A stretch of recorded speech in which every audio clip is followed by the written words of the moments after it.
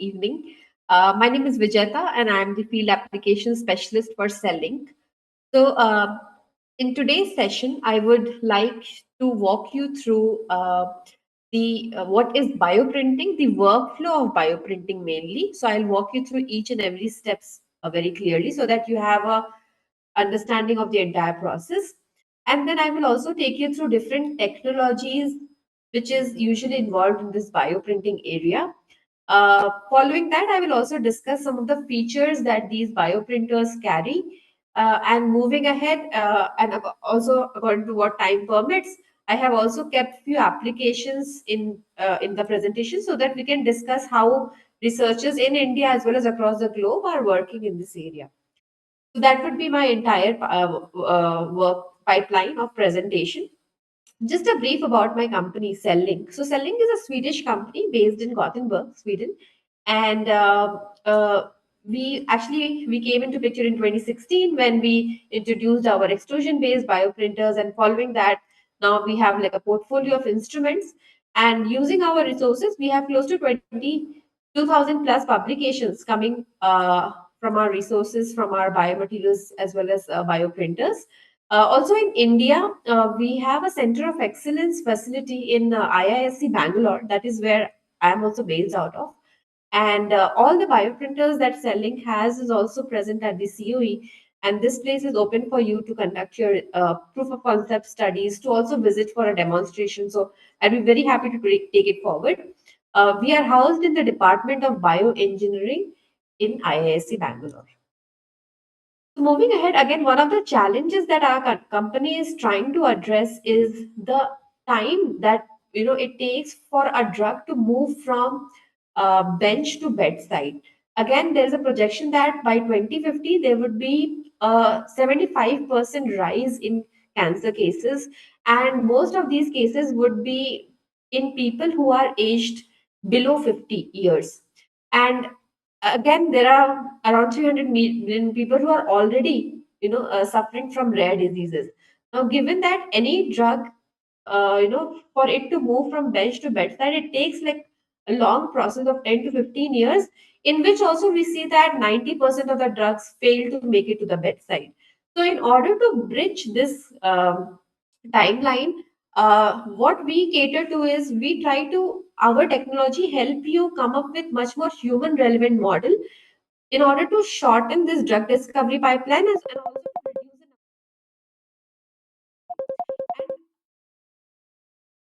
and again and more popularity. Modernization Act, which stated that methods of testing would also be adopted, something like cell culture based assays, microphysiological systems like 3D bioprinting, then computer aided modeling. All of these can be adopted in the drug discovery platform in order to shorten this timeline. And that's how this paradigm shift has led to popularization of this technology, not only in the materials and mechanical engineering lab, but now also in core biology labs.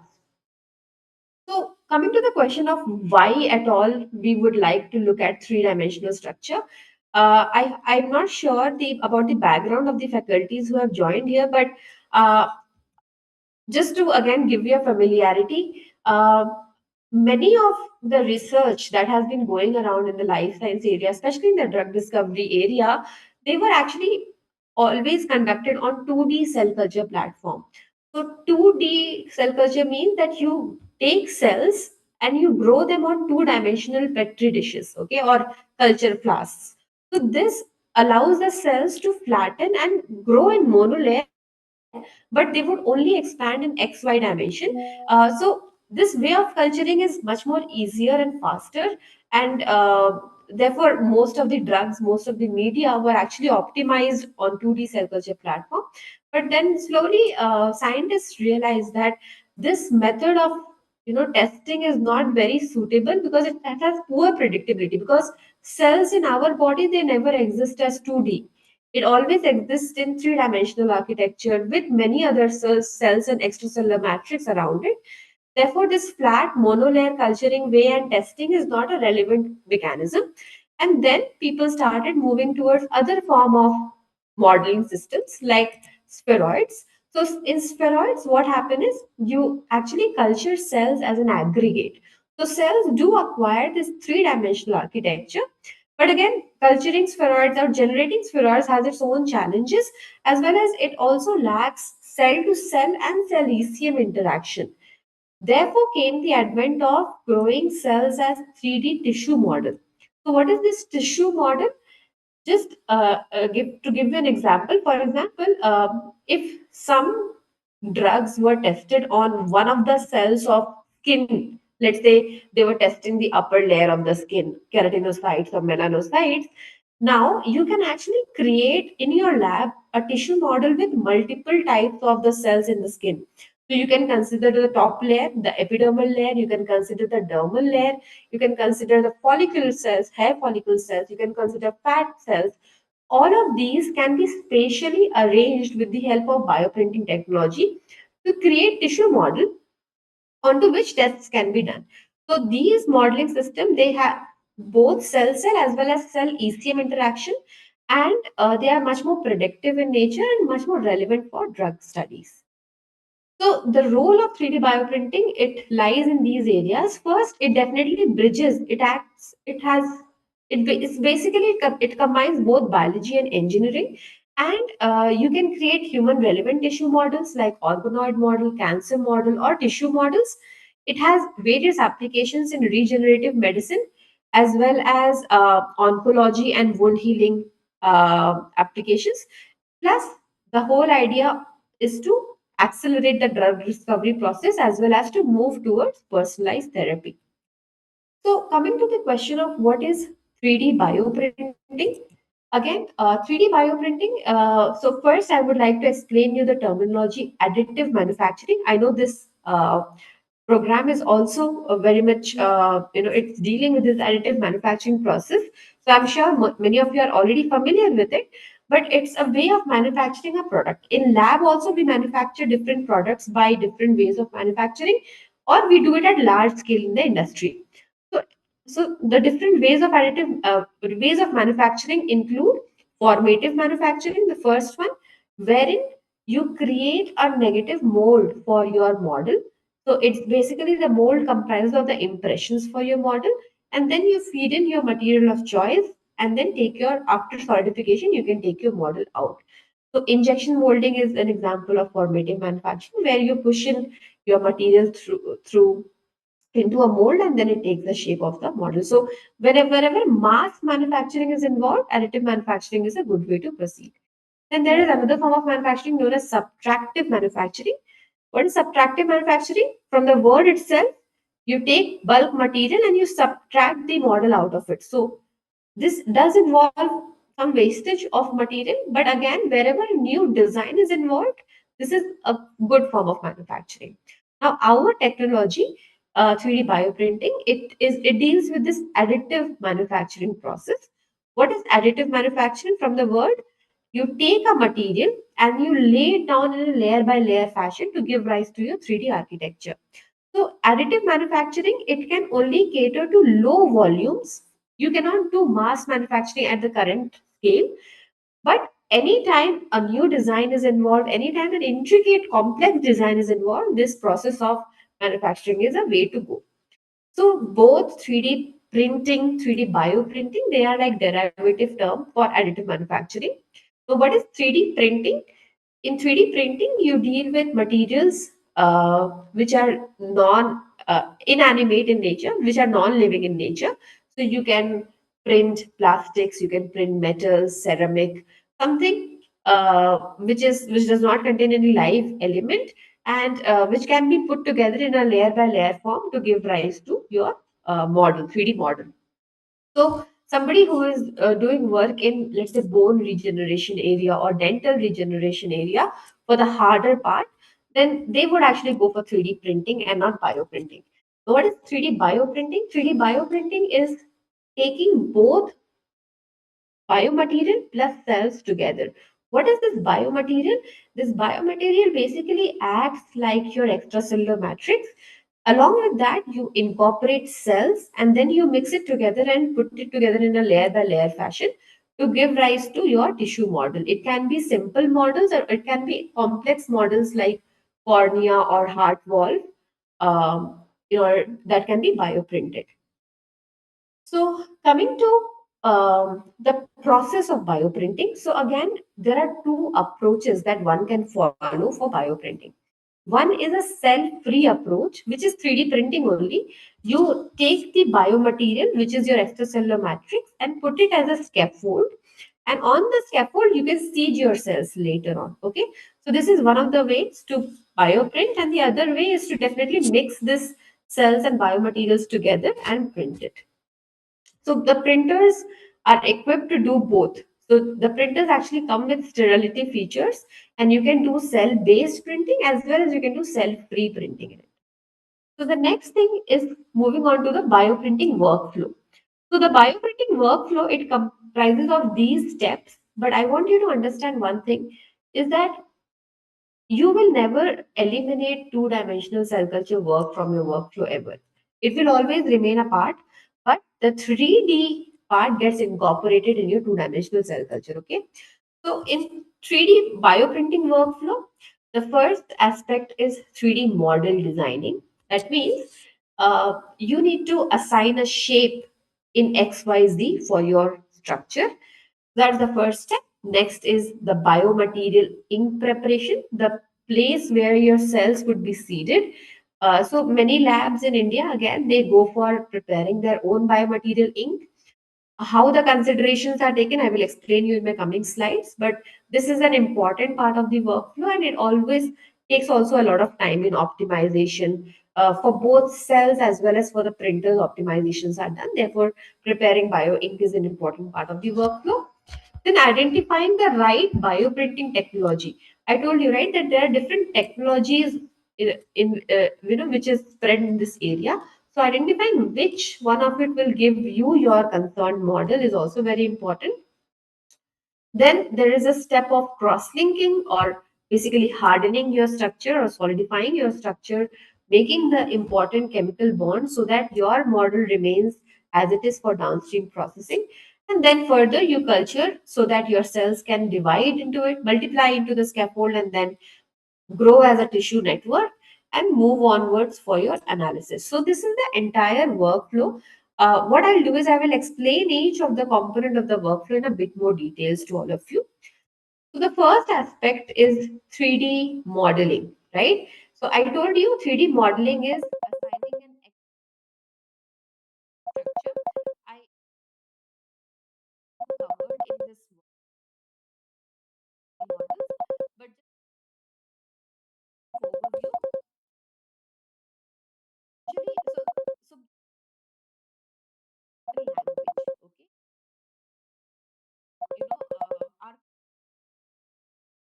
therefore the printers. So we need to put into the language of the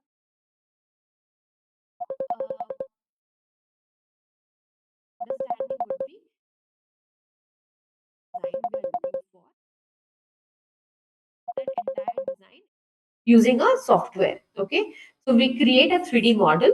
So the printers, the 3D printers, 3D bioprinters, they usually understand these two languages.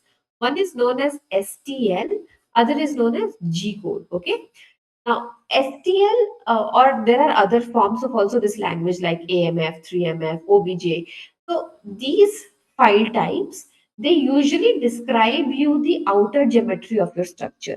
Okay, how does the shape is represented by the outside of the model is what an STL file explains. Now, as I told you, the printer, it will always print in a layer by layer format, additive manufacturing, right? So you add layer upon layer. So if you give the input of this entire file, there are softwares known as slicer softwares which helps in generating the layer information. Okay, because the printer will eventually print in layer by layer form only. So once you give an input of an STL file, there are softwares like open source softwares as well as we have softwares which can help you slice the file. The slicing information also needs to be given by you, like how thin the slices would be, how would the insides of the model look like. All of this information you feed, And then you generate something known as a G code or geometric code. So what is G code? G code is it is a line by line code written for the printer's movement and action. So it is a much more detailed code. Like it tells the print head how much to move in X, how much to move in Y, how much to move in Z, with how much pressure to extrude, with how much speed to move. Each of the component, each of your variable is put together as a code, and this is the code that is read by the printer, and then it starts printing. So this is how the 3D model workflow follows. Okay, so you again I will tell you about. So see, there are two files again. One is like you can either take any kind of medical image file like X-ray, CT scan, MRI scan, and then create a 3D model out of it, or you can also use these softwares like Tinkercad, Fusion 360, Blender to create your 3D models. Okay. Again, we also have software. Our software is known as DNA Studio 4, which helps in generating these STL or G code file. But otherwise, Tinkercad is a very easy to use software. There is Microsoft 3D Builder, which is easy software, which can help you design 3D models. Otherwise, there are some paid softwares also, like there are paid versions of Fusion 360 where advanced modeling can also be done. It takes a while to practice all of this process. It's important when you're doing 3D bioprinting that you also learn the modeling aspect of it, but because this is the start of your workflow. So these are the softwares which can help you with it. So just to give you an overview of our software, how does it work? So as you can see, this is the software that Cell-Link has, which is both the model generation software as well as it is the software for controlling the instrument. So what we do is, let's say we give this software an input file. So this is how your input file looks like. And one, as you can see, once the input file is given, layers are generated because the printer only understands how does it prints in layer by layer format. So layers are generated, and after the layers are generated, then the software itself, it helps in converting your STL file into a G code. So this is how the G codes look like. That means how the printhead is going to exactly move in XYZ, with what pressure it will extrude. It simulates all the commands for you, so that let's say if you have some changes that you want to make in your command, you can also make it in the interface, and then you feed it into the printer and the printer prints it. And this software, it also helps in generating 3D model. So you can take these shapes and then create 3D structures out of it. So that's how the software helps in reading your STL file, or helps you in model generation or G code generation, and then also helps you in printing. Similarly, there are other softwares also, open source softwares, which you can use to generate 3D structures.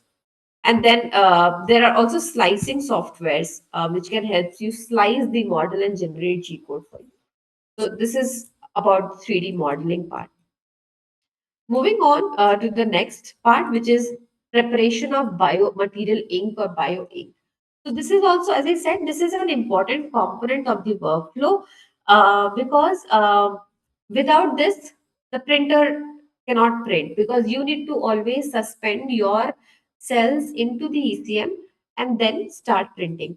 So when I talk about preparation of biomaterial ink or bioink or the extracellular matrix, it is first very much important to understand that in the natural ECM, which components are higher, like which peptides are higher in concentration, or what is the basic constituent of that particular ECM. Like some of them would be peptidoglycan rich, some of them would be rich in RGD peptides, arginine binding domains. So we need to identify the natural constituents, and then we try to fabricate something very similar in the lab. So, what is this biomaterial ink or bioink? It is either a natural polymer or a semi-natural polymer, uh, which is usually biocompatible in nature, and it has favorable rheological property. What is the meaning of favorable rheological property? It means that when you take this material and you feed it into the printer, it should actually start. So, we have two different printing technologies. One is known as extrusion-based bioprinter. So when you design a biomaterial for extrusion-based bioprinter, your material should actually generate filament as you push it out of a nozzle. If this formation does not happen, then you cannot print scaffolds very nicely with it. Okay, so understanding the printing technology and then tuning the material according to the printer is also very important. And that's why studying different rheological property like shear thinning property in your hydrogels in your material is very, very important. So in biomaterial ink, we look at both biocompatibility as well as we look for favorable rheological property. Plus, definitely it should support cells, living cells, facilitate their adhesion, proliferation, and differentiation. For example, why this component is important? Let's say if you are designing a liver scaffold, a scaffold for liver cells, then you have to make sure that certain peptides are present, certain peptide components are present. Or you take some natural liver ECM and put it in your biomaterial ink so that your ink grows. Or maybe some sugar component is important, like beta galactosidase is important. So you incorporate that in your biomaterial ink. Understanding the requirement of that cell for both growth, addition, proliferation, and differentiation is very important, and that's how we tune our biomaterial ink. So, what is it that comprises of these biomaterial ink? As I said, it can be a natural polymer, like examples of natural polymer can be alginate, it can be silk fibroin, it can be chitosan, cellulose, collagen. Collagen is a very highly existing natural polymer in our ECM also.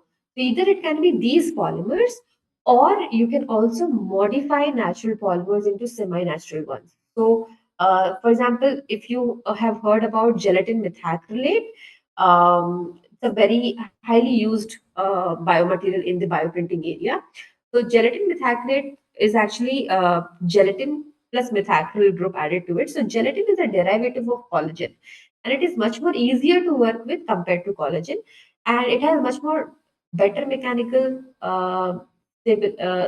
stiffness, as well as it has cross-linking capability also, gelma polymer. So either we use natural polymers, or we redefine our natural polymers and make them into semi-synthetic ones so that these can be well adopted for the bioprinting area also. That is usually the base component of our biomaterial ink. Along with that, we also consider adding components known as thickeners, thickening agents. What are thickeners?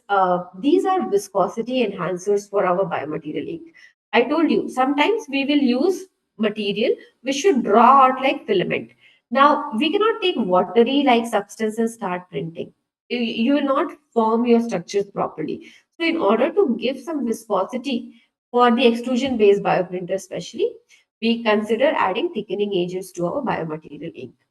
Then there are a few complementary components like cross-linking agents. Like cross-linking agents are something that are used for hardening your structure or solidifying your structure. Photoinitiator, photoprotector, if you're going for photo cross-linking, or buffering agents. And then some bioactive components like peptide, ECM components, growth factors, minerals. So these are different components. These are usually depend. So complementary components are dependent on how you will cross-link, and the bioactive components are dependent on what cell type you are going to grow into that material. So this is what usually comprises your biomaterial ink. And some examples of natural polymers, like as I said, either it can be cell. I mean, it should retain cell-to-cell interaction as well as cell compatibility. And sometimes we add modified methacrylate group to enable chemical cross-linking. Let's make sure that it is biocompatible and biodegradable. Biodegradability is also an important aspect. Why? Because when cells grow, they have natural tendency to produce extracellular matrix, and this matrix usually helps in development of these cells into a tissue network. So the whole idea is that as your scaffold should degrade at the equal rate at which the natural ECM formation happens in the cell. So therefore, biodegradability is also an important aspect. And then, yeah, cross-linking capability. So these are different properties that you look for in the polymer. So another important aspect of this biomaterial selection is how you are going to harden the structure. Now, what do I mean by cross-linking or hardening is that, let's say if you are working with alginate, okay, you made a gel, a 2% alginate solution. So if you prepare a scaffold out of this alginate, it will still remain in that semi-liquid or gel formation, and you cannot lift and do lift it and do any kind of downstream analysis with that simple alginate scaffold. So in order to make that structure rigid enough, you need to add some cross-linking agent to it. For example, with alginate, calcium chloride is the cross-linker.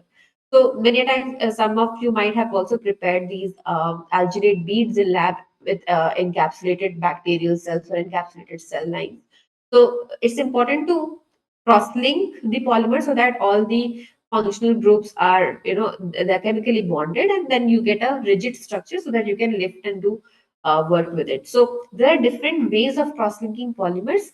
Usually the mechanism of cross-linking is completely dependent on what polymer you're selecting. And there are these three to four modes of cross-linking. The first one is ionic cross-linking. I told you the example would be using alginate and calcium chloride as cross-linking agent. So this way of cross-linking is milder to cell friendly. I mean, sometimes it might be also harmful because calcium ions might in excess might be harmful. So it's also important that after cross linking you wash your scaffolds properly. This process of cross linking is definitely very fast. Within, depending on the concentration of the cross linker, you can gelate it within seconds to minutes. And then yeah, so as I said, sometimes the ionic bonds might be sensitive to the surrounding ions. So if you have a lot of ions remaining in the surrounding, then it may happen that your structure continues to cross-link and becomes more harder than required. So in tissue engineering or in bioprinting, we also look at its important aspect to look at how what is the natural stiffness of a particular tissue type. For example, if somebody is designing bone-based scaffold, then their structure might be more rigid compared to somebody who is working on retinal organoids or kidney organoids. So that's also important, that how much you want to cross-link your sample is an important aspect. Next way of cross-linking is photo-initiated cross-linking. So what is photo-initiated cross-linking? Photo-initiated means using photons to initiate cross-linking. So you use light as a cross-linker. Either it can be UV light, it can be visible range of light, blue light, anything can be used to initiate the cross-linking reaction. So example of this would be using GELMA.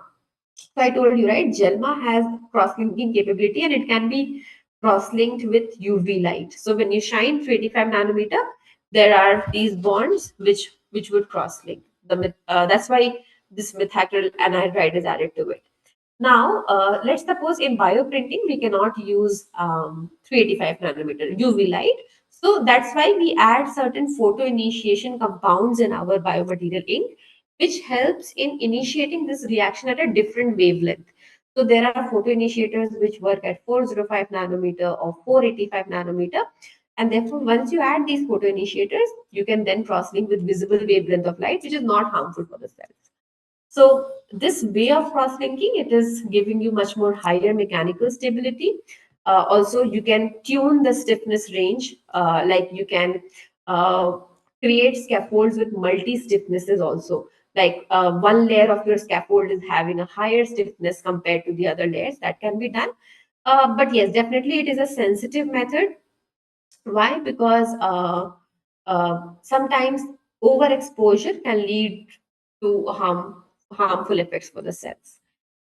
Now, the next process of cross-linking is thermal cross-linking. Thermal cross-linking is using heat as a cross-linker. So, example here would be using, let's say, collagen. So, collagen or matrigel, which many people use in lab, matrigel. These are thermally cross-linkable agent. You will usually print them at lower temperature, maybe 4 to 8 degrees Celsius, and then after printing, you incubate the entire setup at 37 degrees Celsius and they will gelate eventually. So this mode of cross-linking is really good for the cells because the cells incubate naturally at that temperature. So therefore, it's excellent for biocompatibility. And this process is sometimes also reversible in nature, but it leads to very softer constructs, and the process is also very slow. So sometimes people club it with any other form of milder cross-linking in order to get a stiffer structure. So this is one more method of cross-linking. Another method is also there, which is enzymatic cross-linking.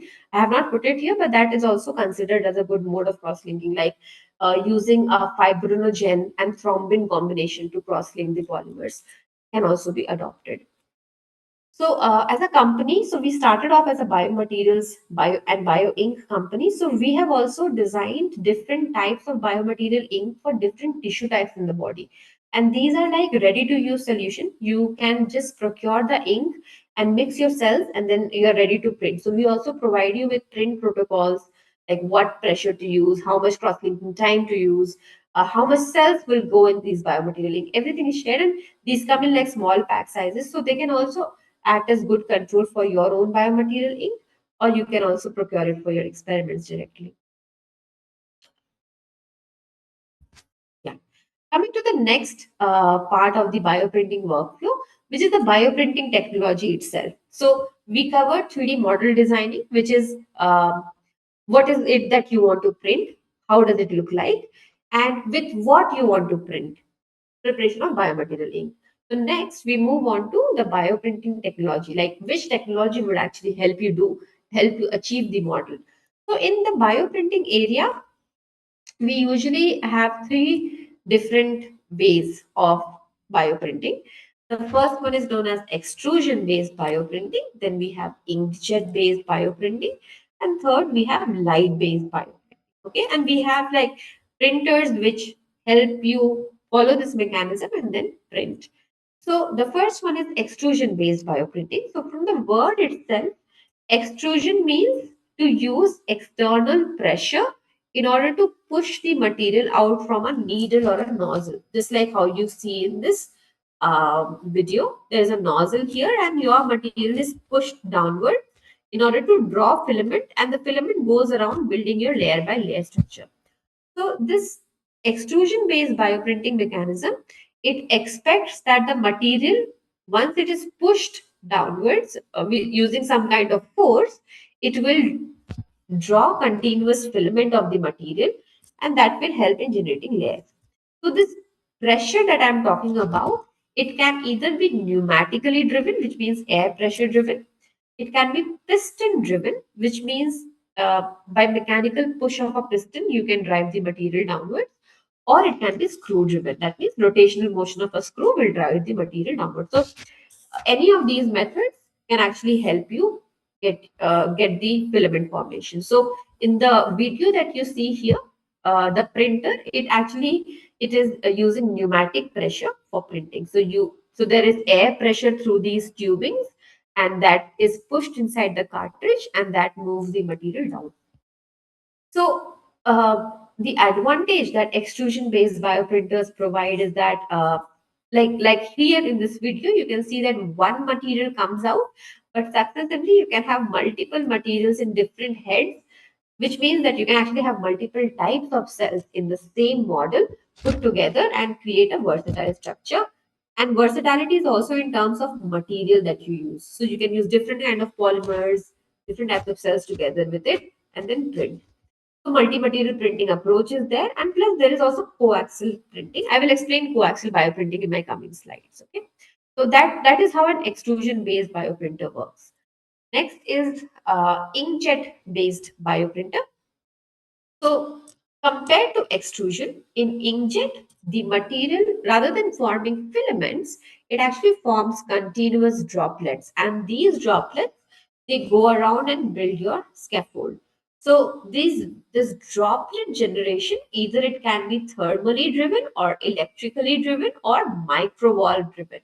Microvalve driven means that there is a, a valve which opens and closes at microsecond timing. So you decide for how much time you want the valve to be open. So that will determine how small or large your droplet would be. And then for how much time you will close the valve, so that determines the spacing between the droplets. So that's how inkjet based bioprinting work. As from the word itself, you can understand how inkjet printers work. Similarly, inkjet based bioprinters also work. So in the video, as you can see, there is continuous droplet which is dropped from a height, and that helps in defining the scaffold. So as you can see, compared to the previous method, this method is a non-contact way of printing because there is no nozzle involved. Plus, since you print droplet, therefore you can define how small volume you want to deposit. Next is resolution of print, which means that you can actually go with a very fine resolution. So the printer that I'm talking about, you can even go to nanoliters level and then drop a droplet.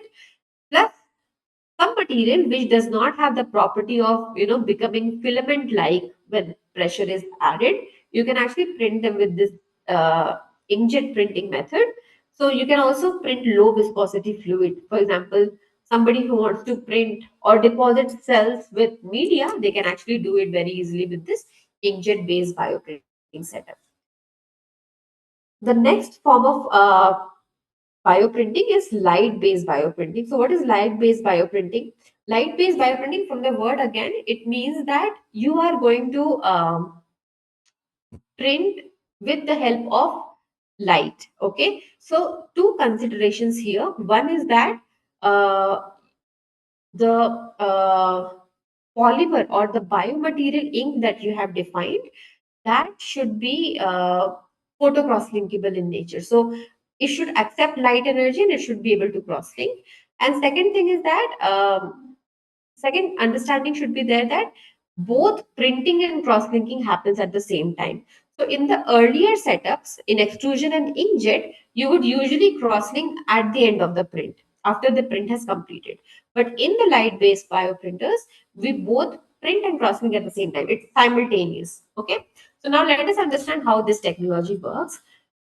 Important consideration that your material is photocurable in nature. That means as you shine light, it will cross link. Okay. So how this printer is designed is that let's say you create a 3D object. For example, you created a 3D model of this pen, and after this model file is fed into the printer, it generates the layer information. So it slices this model and generates how the layers would look like. For example, the top is a circle, then there are concentric circles below, and then it tapers at the end, right? So what happens, there is a projector which is there inside the printer, and the projector, it projects images of every layer. Okay. It's a high intensity projector, so as it projects the image, when the image falls onto the photocurable material, the layer gets cross linked. So that's how it builds layer upon layer. So as you can see from here, there's this photocurable resin, and you have a projector from below which shines light, and therefore every layers of your material gets crossing. So I'm sure in this workshop this technology might have been covered. It's very much similar to stereolithography, but in stereolithography you have a point laser source, and in the light based bioprinter we use digital light processing. So you use projector which projects images of the entire layer, and thus it gets cross-linked and starts building your layer after layer. So this way of printing, it is also nozzle free. It does not involve any nozzle. It is much more faster compared to other ways of printing, both extrusion and inkjet. It is definitely faster. Plus, the best advantage of this technology is that you can actually achieve very high resolution models. Something like our printers, in our printer, you can go up to 10 micron resolution and then print. So very fine structure can also be printed with this printer. So in this entire area, just excuse me for a moment. Hello? Yeah, sure. I'm in a presentation. Can I just call you back? Is it fine? Thank you. Yes. So our so in the all the technologies that I explained you, then we have these five printers which are spanning this all the technologies. The first two in the series in this row are our light-based bioprinters, Nova X and Luminex, and then we have a biodispenser, which is syringe pump-based dispenser, and then we have extrusion-based bioprinter, BioX and BioX. So first, let me explain you some of the features of our extrusion-based bioprinter. Remember that our extrusion-based bioprinter, they work with pneumatic or air pressure for extrusion. So as a bioprinter, one important consideration is that you should be able to print live cell. So in order to provide that environment of sterility, we have HEPA 14 filter on top of the printer, and we have UVC germ line inside, which helps you to sterilize the entire unit before you start printing. Now you see that this printer, it has three heads. Okay. So these three heads means you can maximum do three different types of materials in a single model. Now each of the head has independent temperature control, as well as the platform where you print your model, that is also temperature control setup. Uh, Plus this system, as you can see, it comes with a screen display so that it is easy to use and the entire workflow is made easier, and you can just feed in your model file with a pen drive and then start printing. So in this three head part that you see, we actually connect different kinds of adapters. For example, this one is pneumatic adapter. It works within a temperature range of 30 to 65 degrees Celsius and it prints your model. So this is how, sorry, yes. So this is how a pneumatic print head work, where you can feed your material, which works within a temperature range of 30 to 65 degrees Celsius. Then we have temperature controlled print head. So each of these print head that you see, it can be fitted on any of the slots of the Bioinks instrument. And then you can maintain temperature control, different temperature controls, like this one goes from 4 to 65, this one is from 30 to 65, but this is the head which does inkjet printing. So with just swapping the head, you can convert a system from extrusion to inkjet. From extrusion to mechanical, it can be converted. Extrusion to thermoplastic setup, it can be converted. So with just swapping the heads, and depending on your requirement, you can select the head of your type. We also have the same printer can do thermoplastic printing as well. It can do syringe pump based printing as well as it can do photo cross linking in the system. So these are some of the features that our printer has. I'll not go into a lot of details. I would like to cover the application part in more detail. Then we have the Bioinks 6. It has 6 slots for printing. And this is the printer which can actually do coaxial printing. So let me explain you what is this coaxial printing. By the word itself, coaxial means two axis. Okay.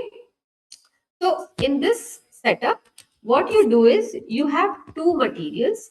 You want one of the materials to form the outer sheath and the other to form the inner core. So you form concentric circles and then start printing your material. Somebody who is looking for, creating vasculature in their model would actually adopt this coaxial method of printing, and then use, let's say, if somebody is doing vasculature, then for the outer sheath, you can use your Huvex cells with ECM. And for the inner core, you can actually consider any sacrificial biomaterial ink and print. And then after the printing and cross-linking is done, you can remove the sacrificial core in order to get a hollow tube-like structure, which is your vasculature in this model. So coaxial setup is usually used for vasculature generation, or it can also be used for co-culture study. And this can be directly done on the Bioinks setup. So again, extrusion-based bioprinting, it caters to various areas of tissue engineering, drug discovery, material science. You can also develop organ-on-a-chip platforms, food alternatives, um, disease models, drug testing models. Many area of applications are there for this kind of printing setup. I have listed down few examples using the extrusion setup. So let me explain you that. For example, somebody who is skin is a widely studied area in this bioprinting area. So if somebody is looking to develop a skin model, I'll take one example from an Indian author, how he has developed a human skin model for skin sensitization assessment. So this is a study which is published from an author from IIT Guwahati, and his lab extensively works with silk as a biomaterial. So what they have done is they have developed a biomaterial ink made out of silk methacrylate and gelatin methacrylate, and to give this ink a individual patient-like feel, they have also enriched their ink with platelet-rich plasma taken from blood. Okay, PRP. So this combination and their optimization is discussed deeply in their paper, like how they have tuned it both for biocompatibility aspect as well as for printability aspect. So once their ink is developed, their main aim was to create a humanized skin model. So they have taken stem cells and they have differentiated them into keratinocytes, into HUVEC, as well as into fibroblasts. So all of these are from human origin. And after differentiation, individually, each of the cells were actually mixed with the biomaterial ink. Now, somebody who is printing skin model, one important consideration is that your skin model, the top layer of the skin, which is basically the keratinocyte and melanocyte, that should be exposed to air, and the bottom part with dermal layer, fibroblasts, or the HUVEC, these should be exposed to media. So, to achieve that, they have printed their construct into this transwell system. So these transwell, they sit on a 6 well or a 12 well setup, and this transfer, it comprises of a membrane in between. So this membrane is a polycarbonate membrane, and you can print on each side of the membrane. So this membrane actually acts as a basal membrane of the skin. Basal membrane means you can actually uh, so between the epidermis and dermis, there is a basal membrane. So this polycarbonate membrane actually acts like that basal membrane. So what they have done is, on one side of the transwell, they printed the fibroblast, and on top of the fibroblast, they printed the HUVEC. So after printing the setup, they cross-linked the entire system, and then they reversed the transwell, and on the other side, they printed the keratinocytes. So this is how the dermal layer printing and the epidermal layer printing looks like.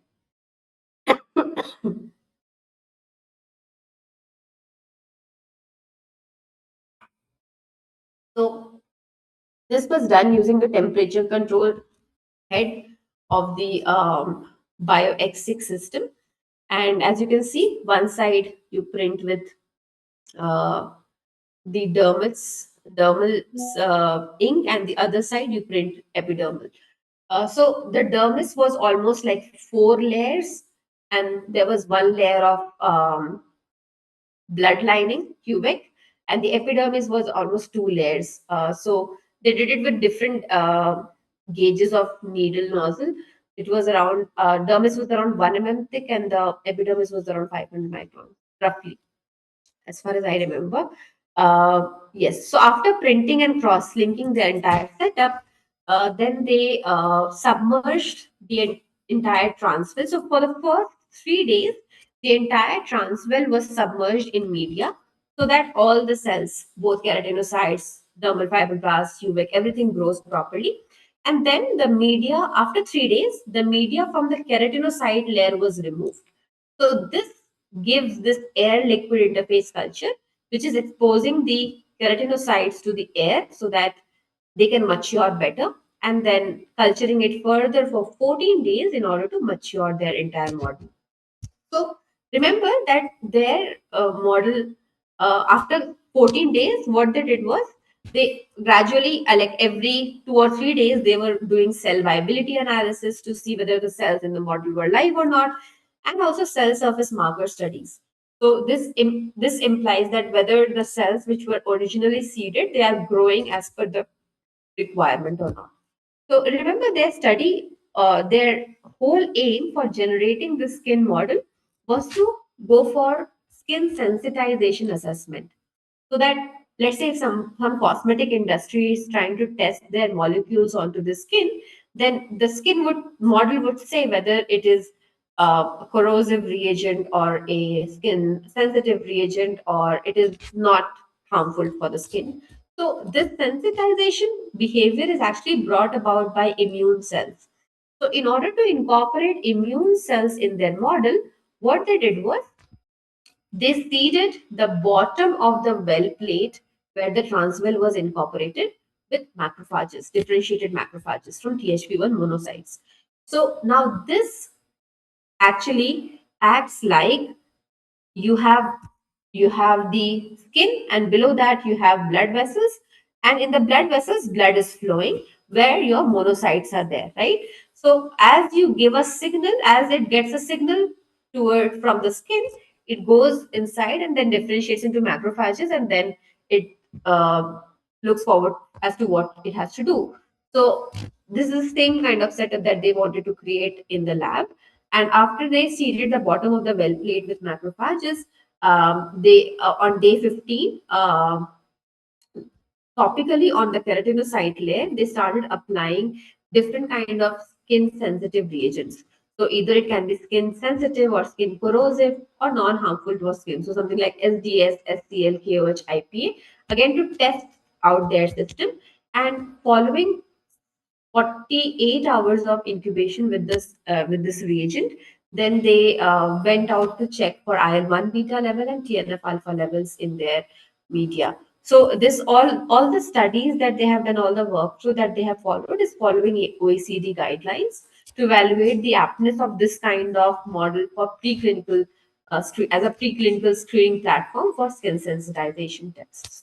So this is one study which highlights both. It tells how a biomaterial is designed for this kind of skin, for example, skin model, and also it tells how a skin model should be planned, and then further it also does the downstream analysis entirely of for this kind of studies. So it's a good paper if somebody is looking to explore in this area. Next, in the vascular architecture that's flowing around the airways. next model that I would like to discuss is lung model.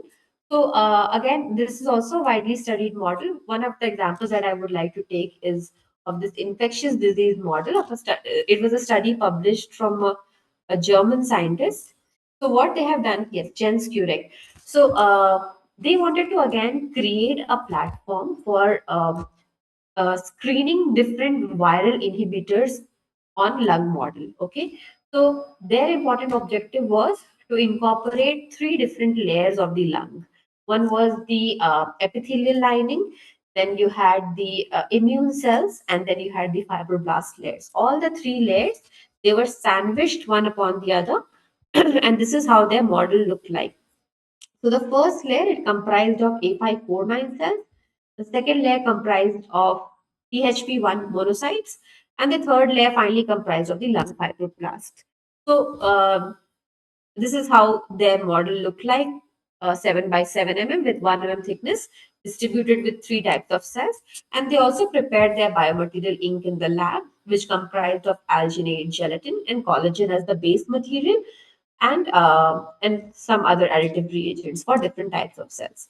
So the workflow that they followed was, first they optimized the ink to check for both cellular viability as well as for bioprintability, and then they printed these 3D models of the lung. After printing across days, like until day 35, they checked for cellular viability, metabolic activities in their model, as well as cell morphology and cell surface markers. And after checking it for a certain number of time, then their modeling system was for checking viral inhibitors. So first they wanted to see whether their model has infectious property or not, whether it can be infected or not. So, not infectious property, but whether it can be infected or not. So, they took live influenza viruses and they infected their models at different viral titers. So, this is their result for viral infection, and this is across hours of infection at different concentration. How does the viral titer rises in the model? So, once they could see that they were able to successfully infect their models. Therefore, they tried to bring this viral titer down by applying different drugs. So they have given example of one of the viral inhibitors here, oseltamivir, applied at different concentrations to see whether the viral titer in the model goes down or not. So this is also a complete study which talks about generating a 3D model from scratch, developing their own biomaterial ink, mixing it with cells and printing, and then uh, doing the further downstream analysis. So as I said, few examples that I gave you was for cell-based bioprinting, where cells were incorporated with material.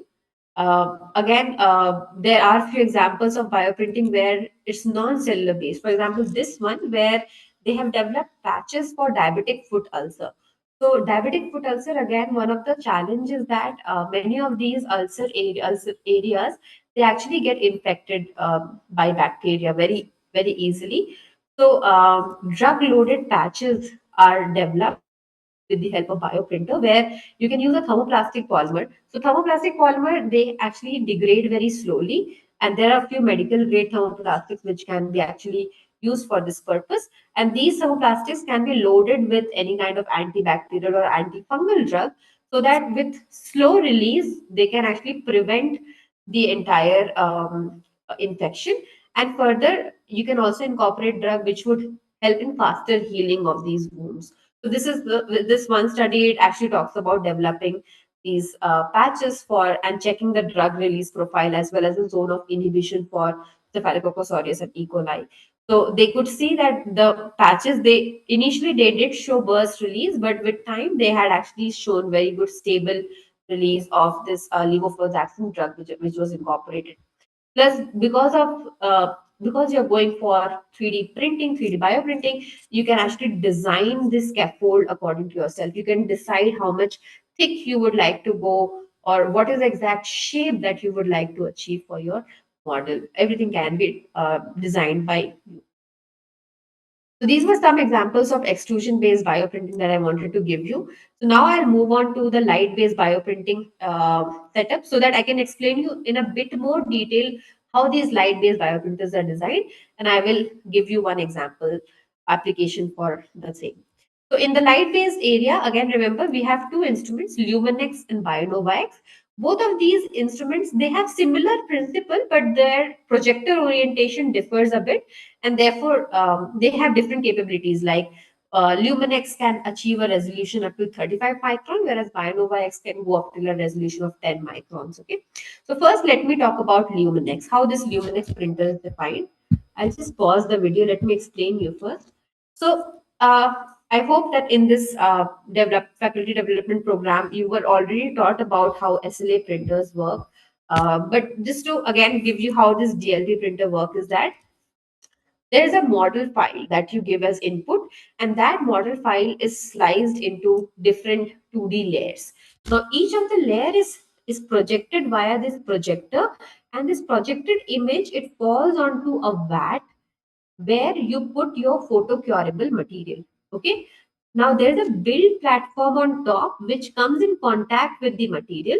And as it comes in contact, the first layer of light shines and it gets cross-linked. And the cross-linked part, it sticks to the build platform. Now the build platform, it rises one step. Again, the next layer of projection happens. It gets cross-linked, attaches to the first layer. So successively, the build platform keeps moving up and you go on projecting light and cross-linking the material in between. This is how real-time DLP-based bioprinter works, our Luminex works. And this is a video of how the insides of the printer is designed. So you have a projector, you have a set of DMD mirrors. DMDs help in patterning the model. Like let's say if you want hollow structures inside the model, then the DMD helps in patterning the light, so that you can actually get the hollow structures also printed at the same time. Light-based bioprinters, it's definitely much more easier to go with compared to extrusion. In extrusion, you have to optimize a lot on different parameters, but light ones are slightly easier in that way. But yes, you need to use photocurable material for your work. Again, the light-based bioprinters that we have, it is designed for biocompatibility. So we have this printer which prints with 405 nanometer of light. So you are not using UV, but you're using visible light for printing. Plus, it has sterility features. You can print live cells, so you can actually maintain the bed at 37 degrees while printing. So you can also print live cells while printing. There are different features in the printer which actually helps you achieve bioprinted constructs very easily. So sorry. Yeah. So this was about the Luminex. We have another printer known as Bionova X. So Bionova X, it is designed for uh, in well printing. So on the Luminex, you saw that there was a vat on which you place your material. So your model can be of large size, but we designed this Bionova X for doing high throughput printing with light. So here the projector is placed on top part of the printer, and the light is guided directly inside well plates through printing probes. So we can print in 6, 12, 24, and 96 well plate, and for each well plate we have a probe which helps in guiding the light directly inside the well plate, and you can create your structures directly inside the well plate. So you put your ink here, and similar fashion the layer by layer light is guided, and you can print directly the structures inside. um, so again, it comes equipped with features so that you can print live cells, you can print with different intensity of light at different part of your model can be projected, so that you can create a multi-SIF structure. This printer, it also comes with the feature so that you can actually print with different materials also. So let's say you wanted the bottom part of the model to be printed with one material and the top part to be printed with other material. That is also feasible with the light-based bioprinter. So these are some of the features. One example that I would like to highlight for the light-based bioprinter. Again, the light-based bioprinters, they have various applications, like they can actually help you print organ on a chip devices. They can help you print cornea models, heart valve models, because you can actually go with very fine resolution of print here along with cells. One example that I would like to give you is designing of this micro pyramid based wound dressing with the help of light based bioprinter.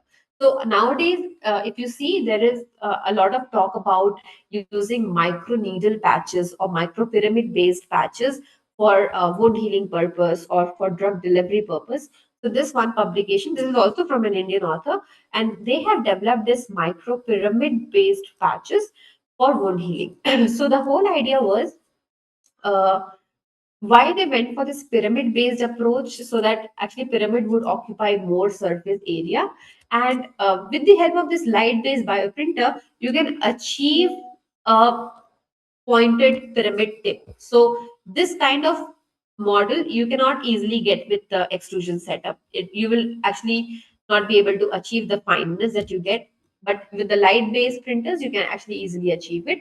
So with the help of the Luminex and using a combination of gelatin methacrylate and PEG diacrylate, they created these patches directly with the help of DLP printer. And the idea was that these kind of wound healing patches, they can be actually designed for any kind of wound type. You can actually decide how thick your wound is or how what is the shape of your wound, and then a particular patch can be fabricated. So personalization can be achieved with this kind of printing method.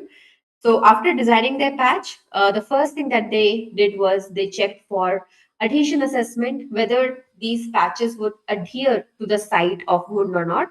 So as a comparison, they had flat patches, and they tested the micropyramid based patches against it.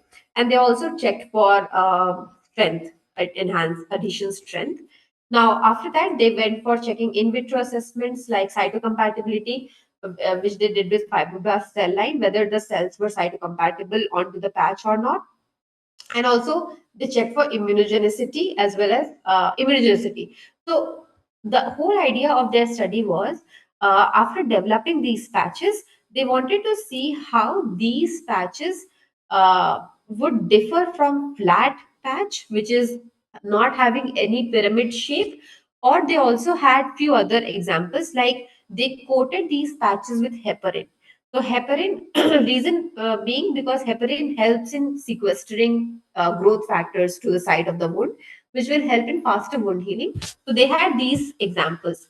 Control where no patch was placed. Then they had flat patches. Then they had patches without heparin, and then they had patches with heparin. So these four examples were taken for all the analysis, for viability analysis, for immunogenicity purposes, as well as for VEGF sequestration. So definitely the one coated with heparin showed highest VEGF sequestration. So further, what they did for in vivo assessment was they created rat skin wound of around 8 diameter, and then they incorporated these patches at the site of the wound, and two comparisons were made: flat patches and the ones with pyramid coated. They also had the pyramid like with heparin, without heparin. So flat patches as the pyramid and the pyramid coated patches, they were tested for both the cases. And they could see that the wound closure was accelerated with the pyramid patch, as well as it was the maximum with the patch which was coated with heparin. So that showed the highest VEGF sequestration also. Plus, they could also see that after doing histological assessment, they could see that epidermal dermal junction formation was there. There was collagen deposition at the site of the wound, as well as neovascularization could be observed. So these were some of the essays that they did post printing and for testing their patch. So again, somebody who is looking for very high resolution in their model can definitely adopt the DLP mechanism. Somebody who is going for versatile material option and multiple cells in their model. And again, many people, they always start with extrusion and gradually they shift towards DLP. That is how we have seen the trend in the industry. But yes, these are some of the advantages that each of the printing mechanisms have. Yes. So with that, again, bioprinting, it leverages softness. Plus, you can create simple models like disease model, drug testing model, drug discovery screening, and you can proceed towards developing tissue model with multiple types of cells, incorporate vasculature in your systems, and further move for complex structures like developing cornea models or using collagen for your modeling, for your tissue model, or developing something like heart valves. All of these has been achieved by 3D bioprinting. So with that, I would like to end my session here, and I am open to question answers now.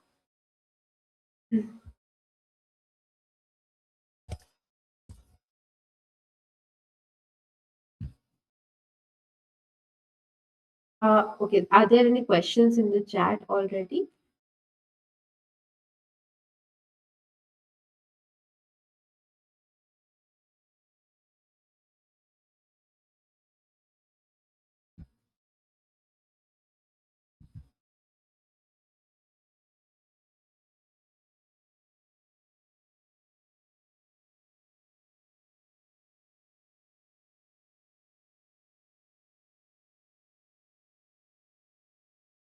Uh, is there any question? Anyone?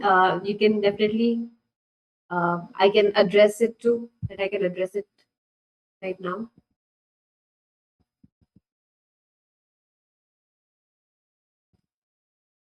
Mhm.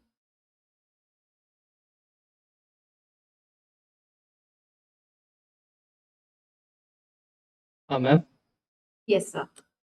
uh, thank you for your insightful session. Thank you, sir. We now move on to question and answer session.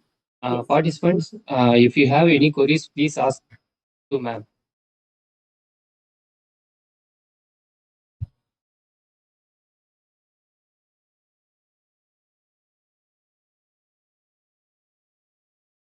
So there is one question from Dr. S. Senthil who says that in which printer is suitable for knee meniscus?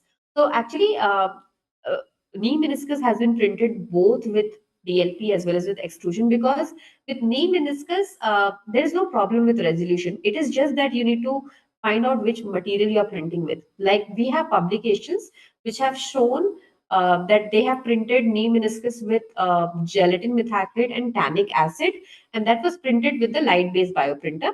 But again, knee meniscus can also be printed very easily with extrusion setup. So I think there is both goes very well technology-wise for knee meniscus. Have you done any ceramic-based 3D scaffold for? Yes, yes, absolutely. So it is from Dr. Gobi Saravanan. So ceramic-based 3D printed scaffolds, again, we have plenty of resources like using our technology, and I have also personally done it in the lab over here in ISC. So it's definitely feasible to do ceramic based printing with uh, our extrusion based setup. Ceramic based printing is also feasible with the light based bioprinter, which we are trying it out here in this lab. So mixing gelatin methacrylate with hydroxyapatite is what we are trying to print here in the lab. So both extrusion and light is something we are working on, but it's definitely feasible to do.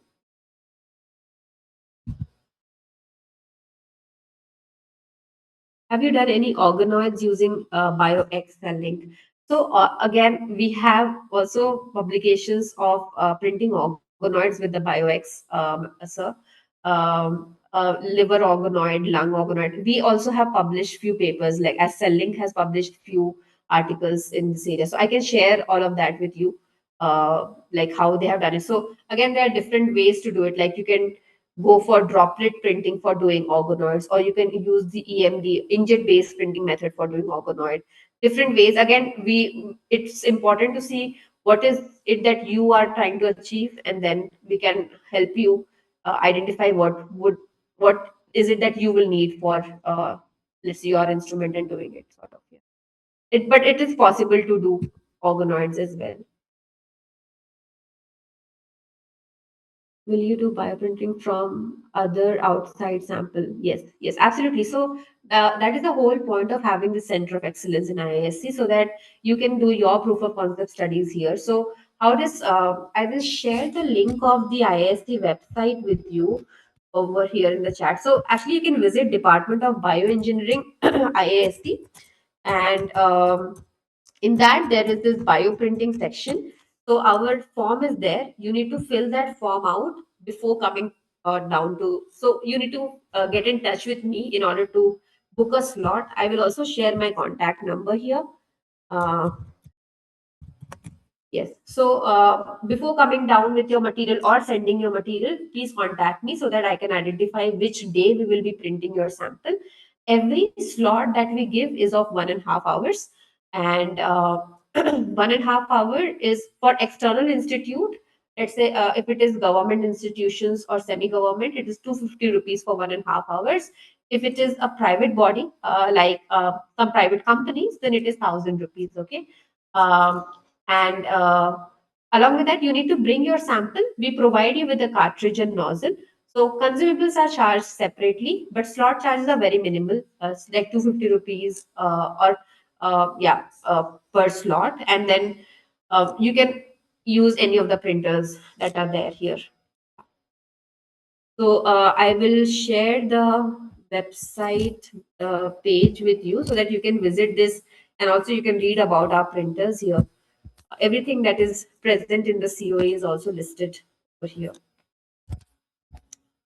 So it would be, yeah, my internet is a bit of a, but okay, let me at least post this. Um, so in this department website, you can actually visit the 3D bioprinting section where our details are listed.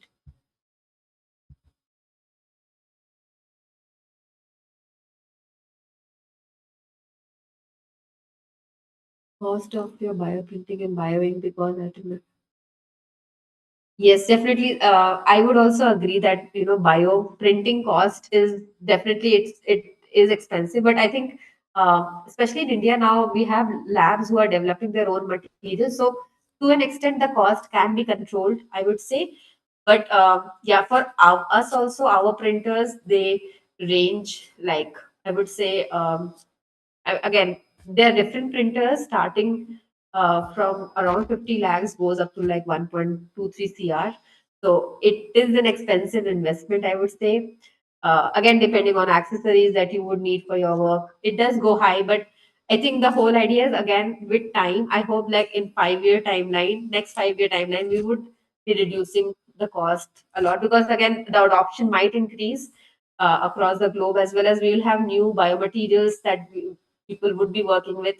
That can also bring down the cost. But yeah, I would also agree that at the current stage, it's something that's not that easy to move ahead in terms of cost. Yes. Mhm.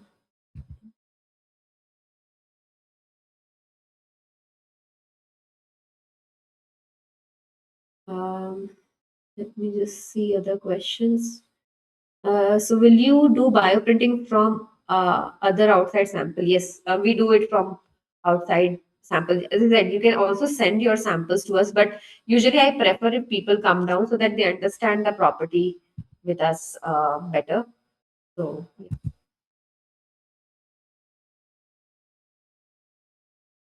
yes, I think can I visit your lab when?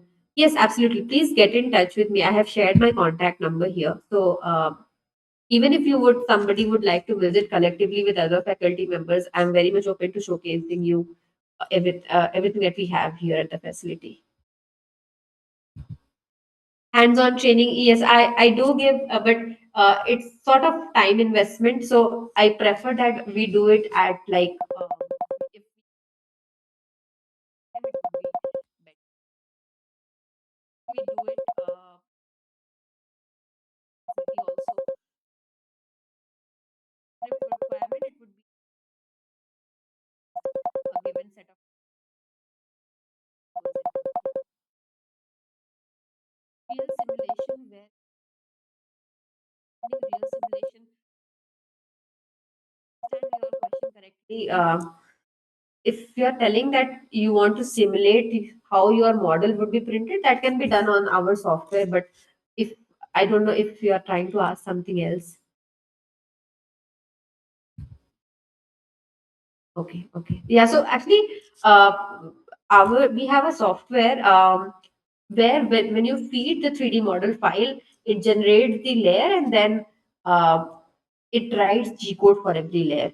So the G code can be simulated in the software, like how the movement would happen can actually be simulated very well. So uh, that is possible. I think that's also there in Satyabama, like that you can have a look at the software, how it works. Yeah. Again, workshop or short time training with minimal cost. See, everything that we do here at the COE, we can discuss it. Like if there is a lot of interest from faculties there, then we can look for some arrangement, and then I can cater to it. So usually I take it for like 2 days so that I can sit with each printer at least for half a day to teach you. But if somebody has very particular interest, then that can be done separately. But an overall idea can be given like within 2 days of time, I would say.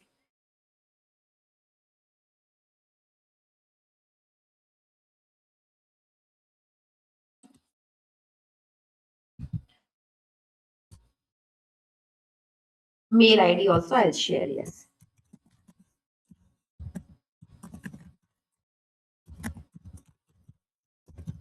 This is my mail ID. Yeah.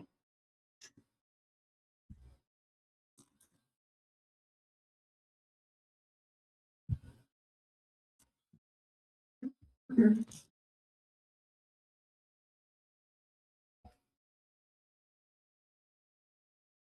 I'm very impressed with the number of participants who have joined in here at this hour of the day. So thank you so much, everyone who has joined today for attending this session. Thank you, ma'am, once again. Thank you, sir.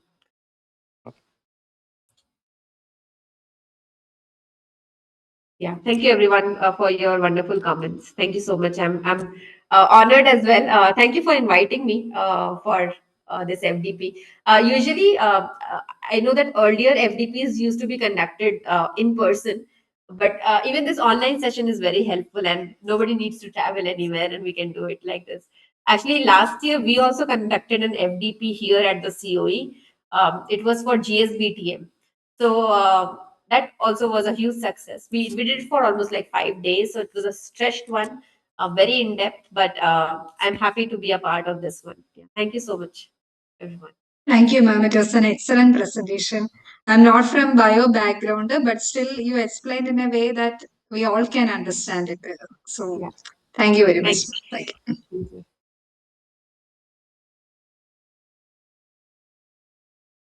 Fine. So should we close it then, sir? Is it fine? I think everybody would also then want to go ahead and Yes. it's the end of the week. So I wish everybody a very good weekend. Please take rest. And thank you so much for everybody's comment. Thank you so much. Should we end it, sir, then? Yes, ma'am. Okay. Yeah. Thank you, sir. Thank you, everyone. Bye bye. Bye bye. Bye.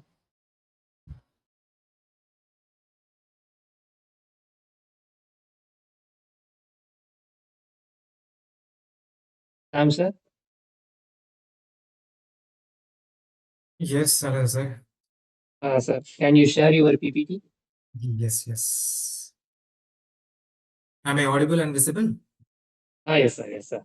Yes.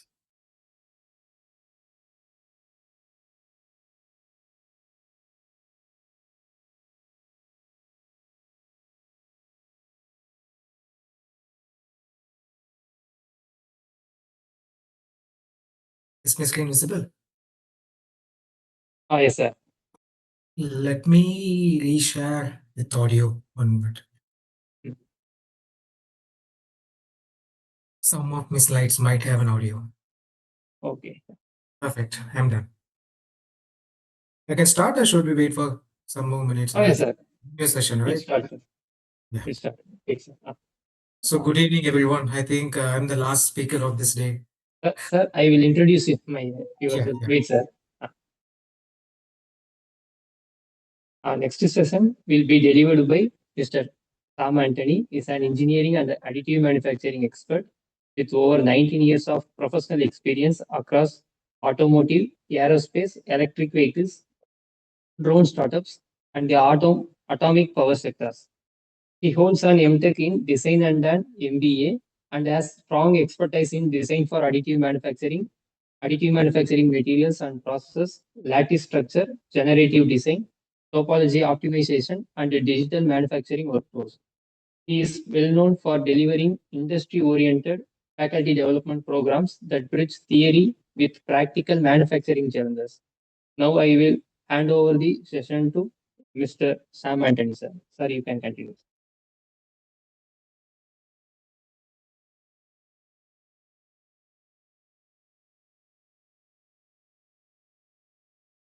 Sir, voice is not audible, sir. Please check your mic.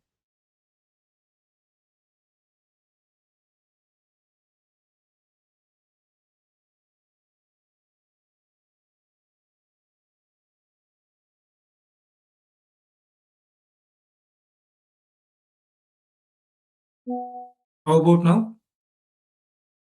Yes, sir. Yes, sir. Continue. Now it's okay, right? Fine.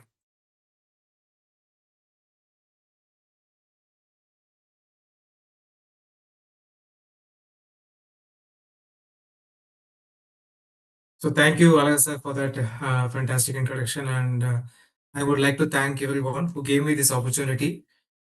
And I would be holding your next 1 hour, 30 minutes of your time. And sorry for that. I think this is a Friday evening. I hope my session would be interesting. And I think the intro was brief. Maybe I can still step in and tell a few more points about how I am much related to this topic.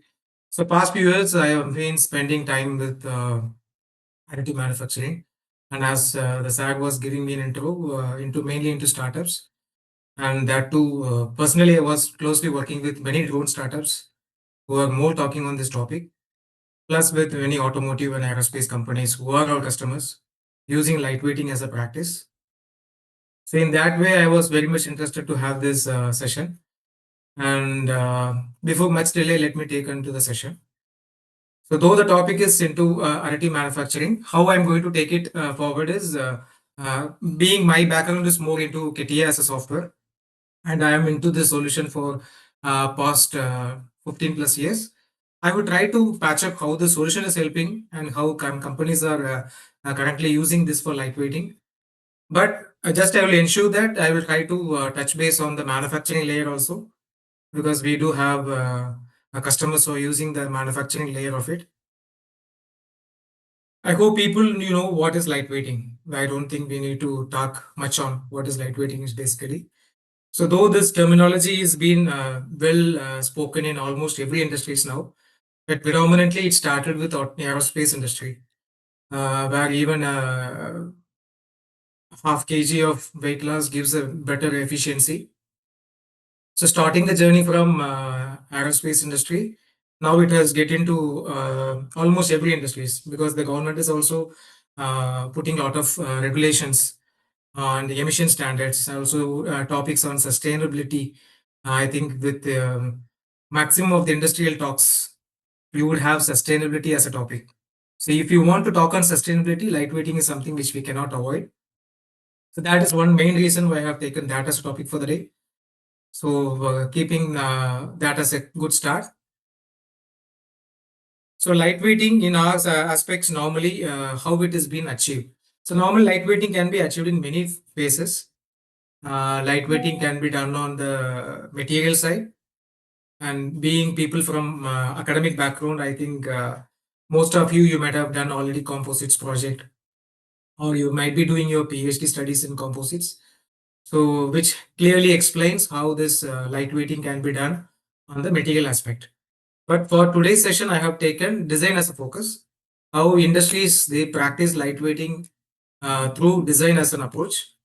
That too with the help of this AI and ML that is growing a lot now in the industry.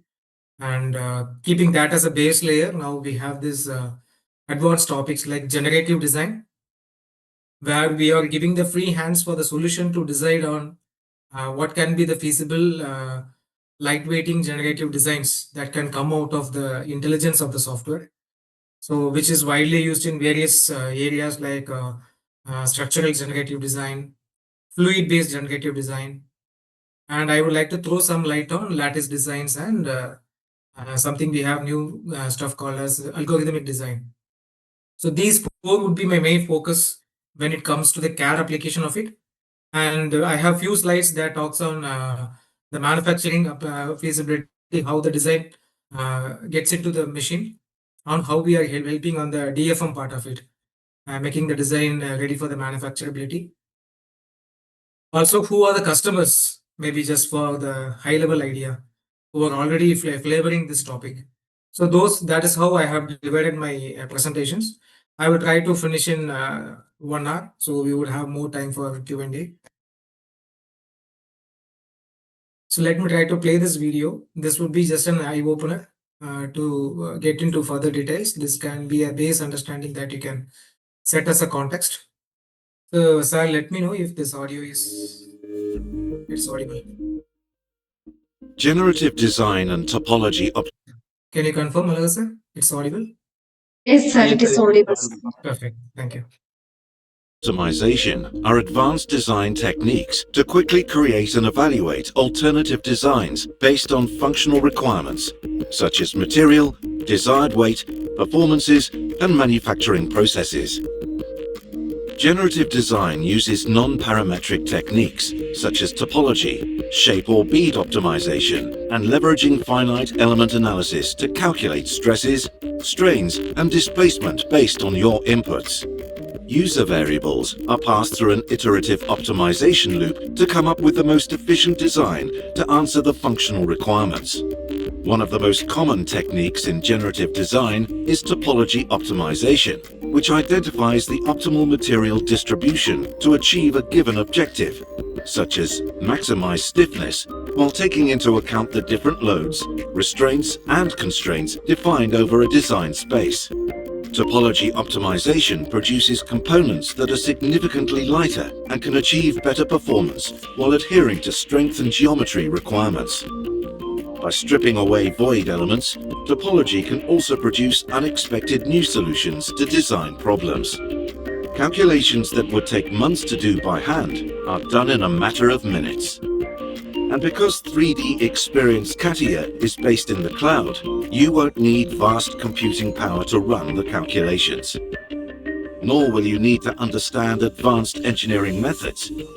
CATIA's function-driven generative designer's intuitive interface allows designers without expert knowledge to set up and run generative design cycles themselves, creating lightweight components and achieve significant performance gains.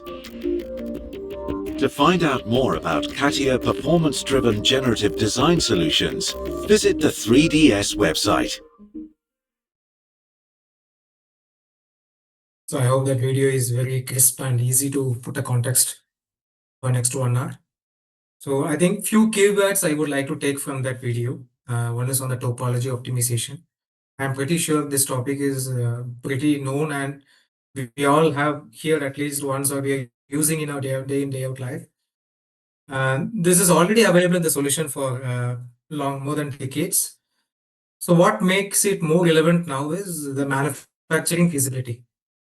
So we have better manufacturing processes now available with industry practices.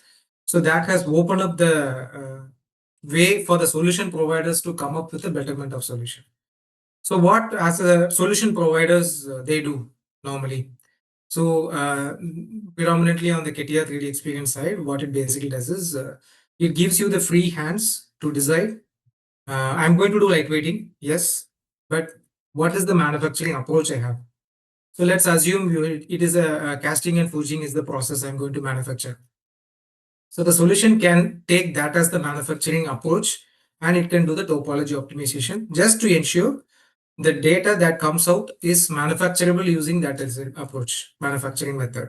Same holds good for milling. The same goes well for additive manufacturing. So when you design the model, you just put the context of manufacturing. So the solution has all the know-hows and knowledge to decide and design and have the free hand to create a generative model out of it based on the manufacturing context. So that is a unique thing that is now available with the solutions. So who are the end users who can get a benefit out of it? So when you go into any industry, basically design, simulation, and optimization are kind of not much integrated. They are kind of no continuities over there. They have several softwares.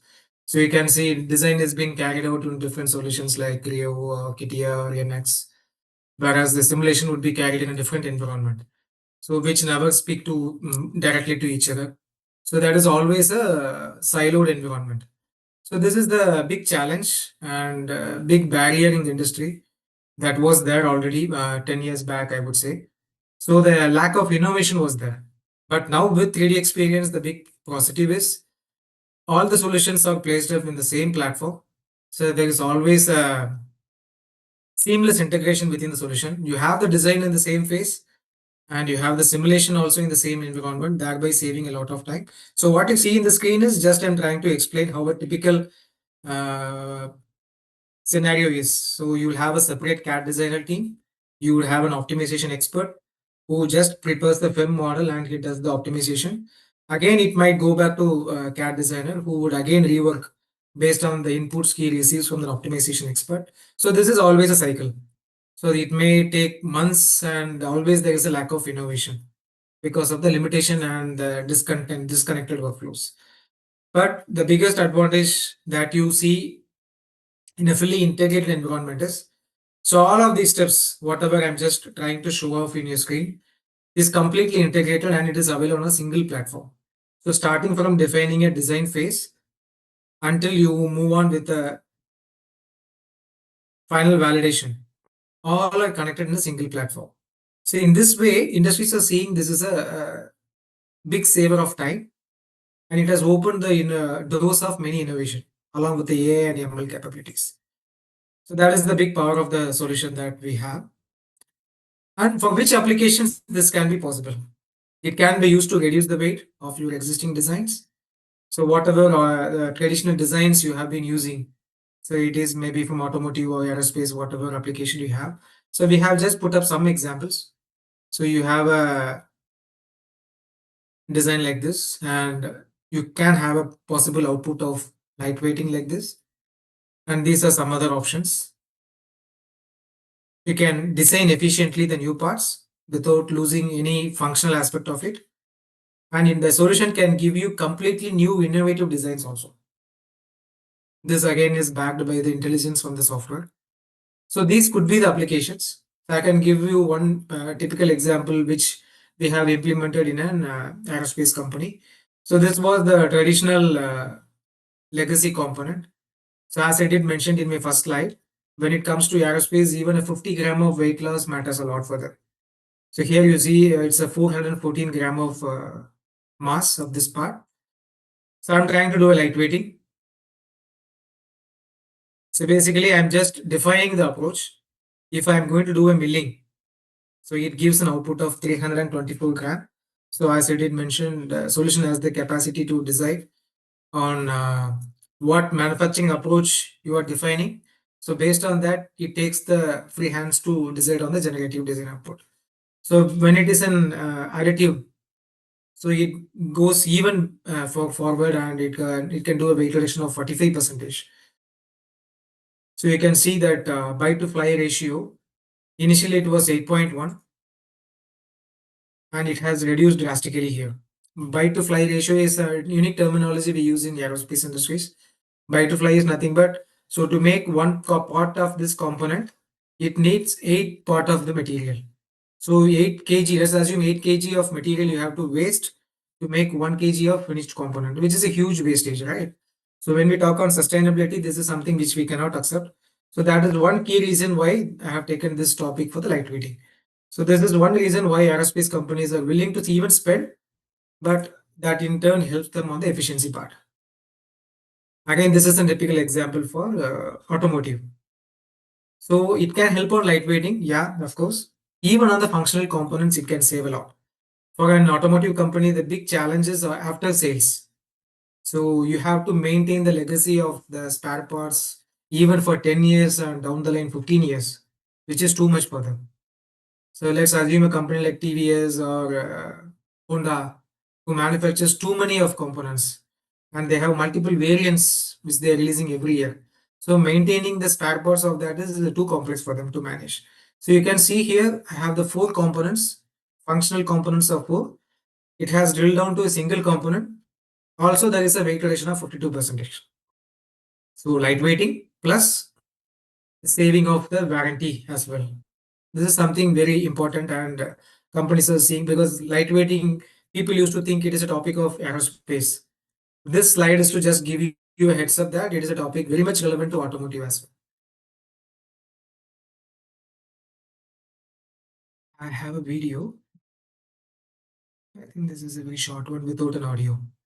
See that.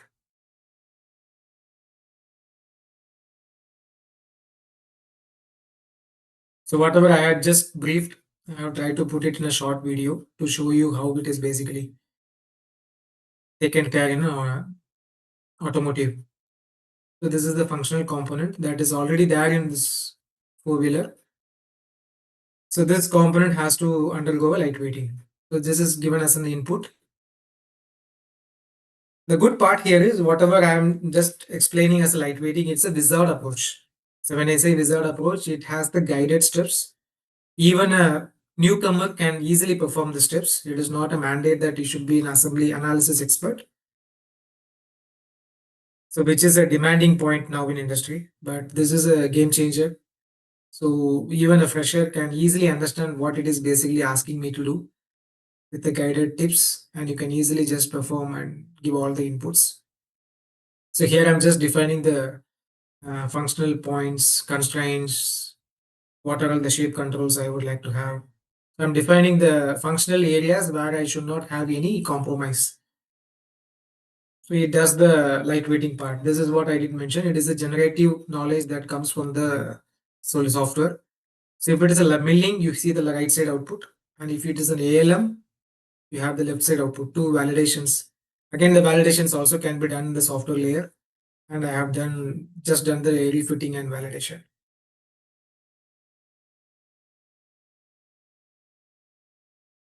So legacy, ALM and milling. So that's a quick recap of what I just briefed in my earlier slides. So again, I want to show maximum of application. That's the reason I'm trying to put almost all the industries that are talking on this topic. The other industry that is more talking on this is tire industry. Why tires? Tire companies are highly impacting on sustainability, we all know, because of the rubber and carbon material they use. The black color, what you see, the tire is basically the color of the carbon they use. So they would like to do as much of lightweighting. And global players like Michelin, they are more into 3D printer tires. And it's in the R&D phase. Soon you can see the 3D printer tires in the industry. So the approach is same. Just I would like to show you a glimpse of how it is being taken into multiple industries. Aerospace we started with, then it is automotive, and now it is tire industry. So maybe if you have any queries, you can note it down, because I have too much of content to show in 1 hour span. At last, I would be having sufficient time to answer all your queries. These are some unique examples that we have done with some of our customers globally who are using the solution. So what you see is a typical drone example. Again, with drone, lightweighting is a key topic for them.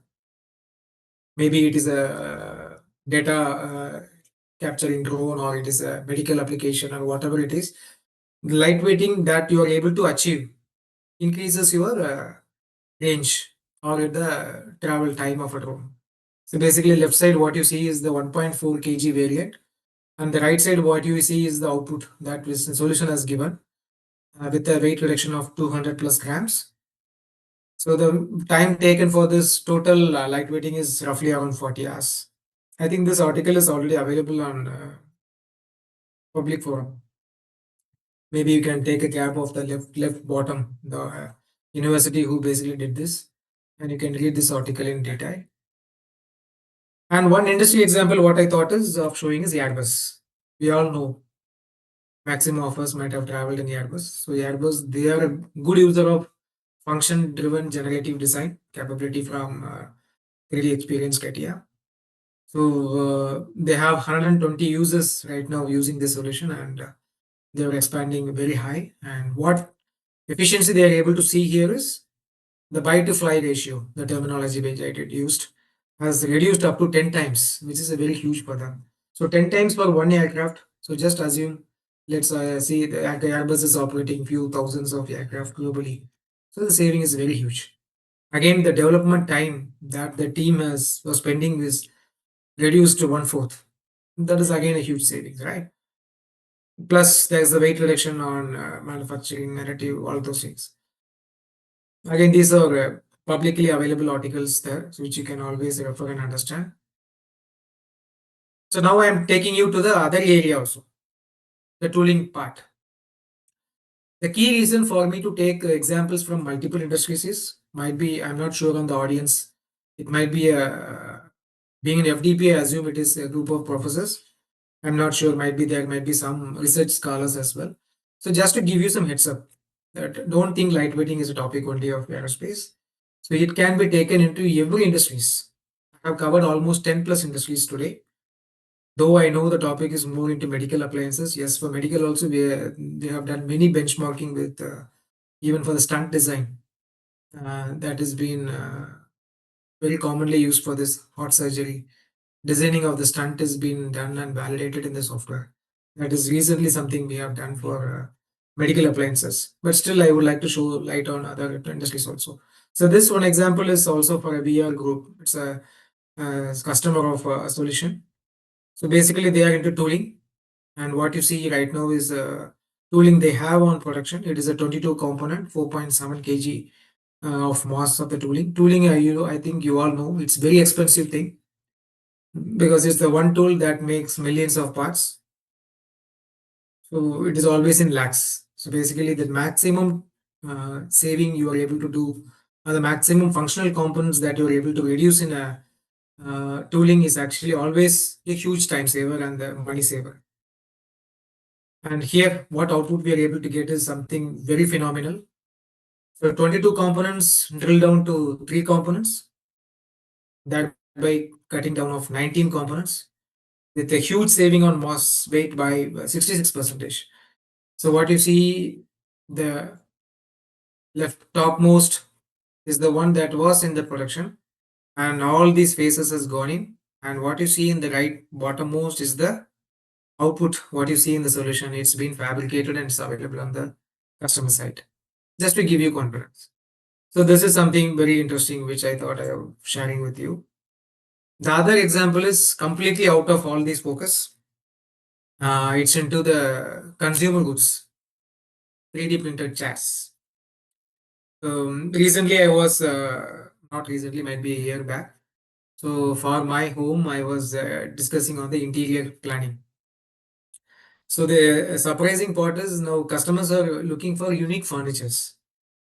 So people are willing even to spend double or triple the cost, but they would like to see unique furnitures in their home. So this is kind of more customization is entering even into the four walls of a house. So that has still opened the doors for generative design. So what you see here is a generative design of a chair.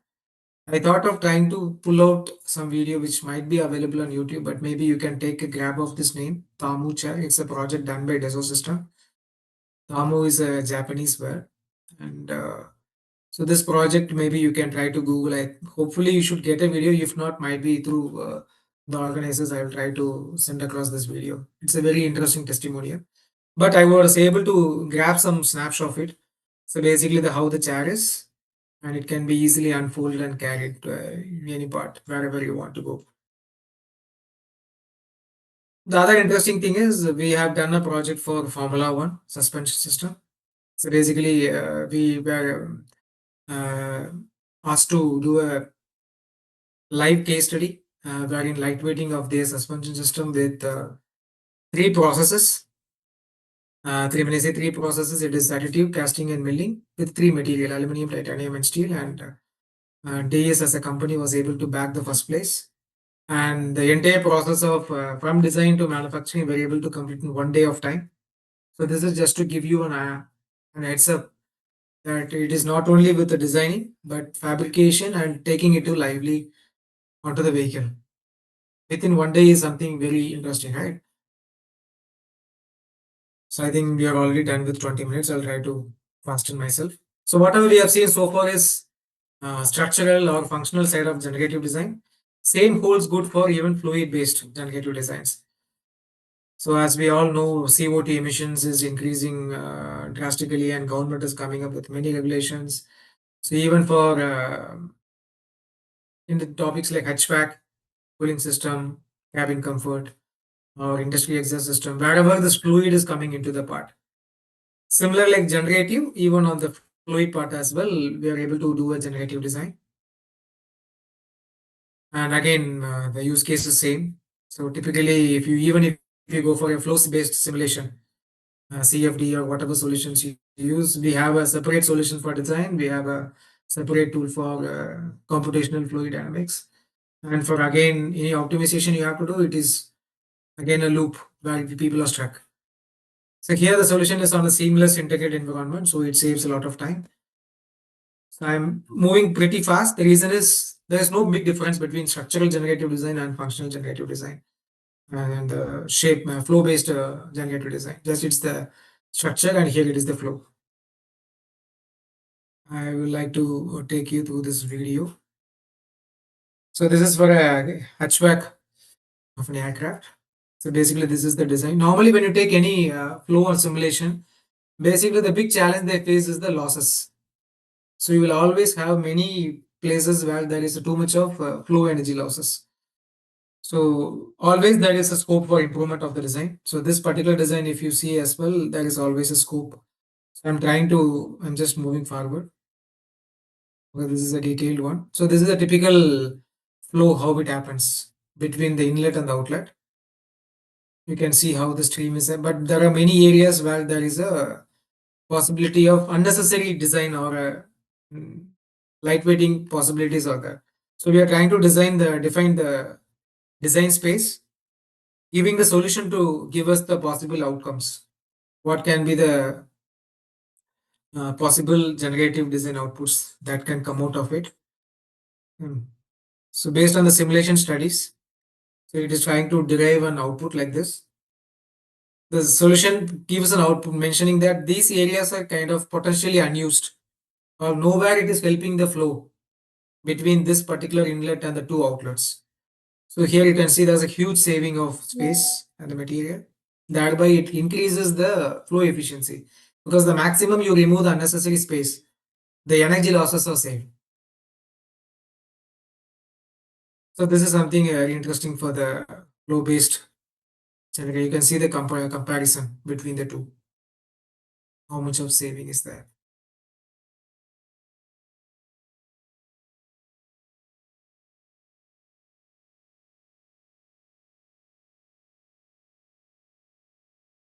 These are other examples. The earlier one was for aerospace, and this is for the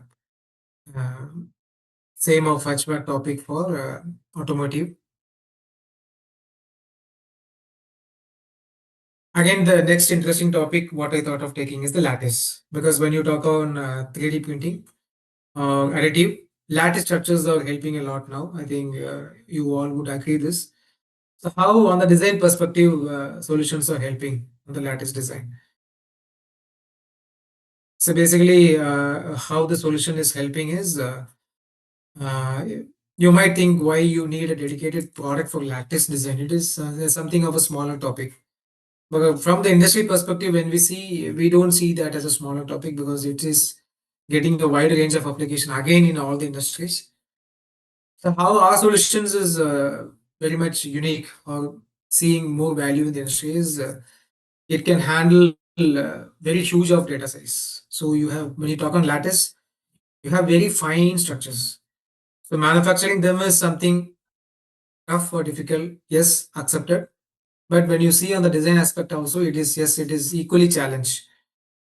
So the solution should have the capacity to upscale the resources or to manage 1 lakh, 1 million, sorry, 1 lakh patterns or 2.2 lakh patterns of fine knurlings or fine designs. So in that way, the solution is helping the industry. So these are the few outputs what we're able to see here.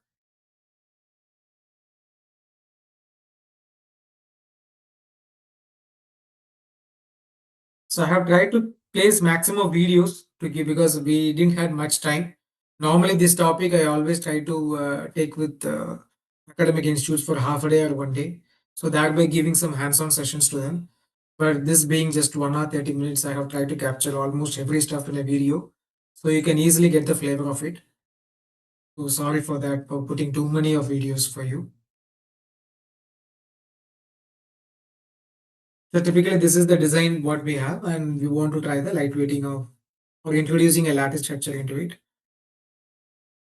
So this comes with the predefined structures. So we too much of detailing or designing is not much needed. So solution can help you with maximum of it.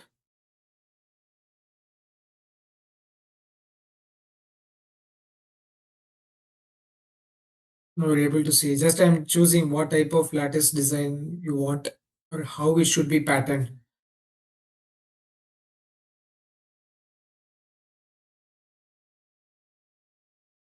So in a matter of minutes or seconds, I would say you're able to.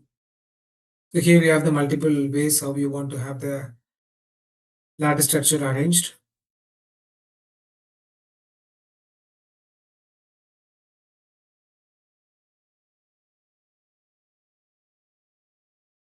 So lattice structure is done. Now validation is also done. So this I did mention, right? So you have everything on a single environment. So that saves a lot of time.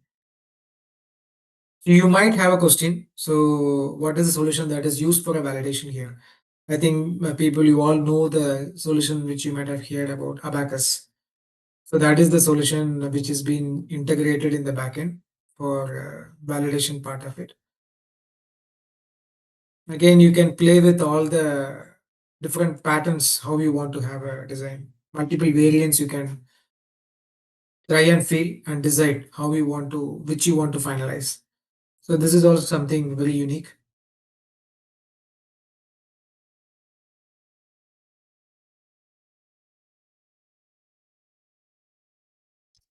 So as I have played the video, I'm just skipping these slides because these are a similar thing we are trying to explain it on the slides. So also the key point that when you talk on lattice, some solutions they miss is the generation of the smooth lattice geometry. But here that is also being taken care. So once you define and choose the lattice structure based on the convergence and the way the lattice structure is being arranged, solution takes the manufacturability into consideration and tries to create a smooth polyhedral geometry around it. So thereby, when you 3D print this, it gives you a smooth and light feel. Also, it increases the durability of the part.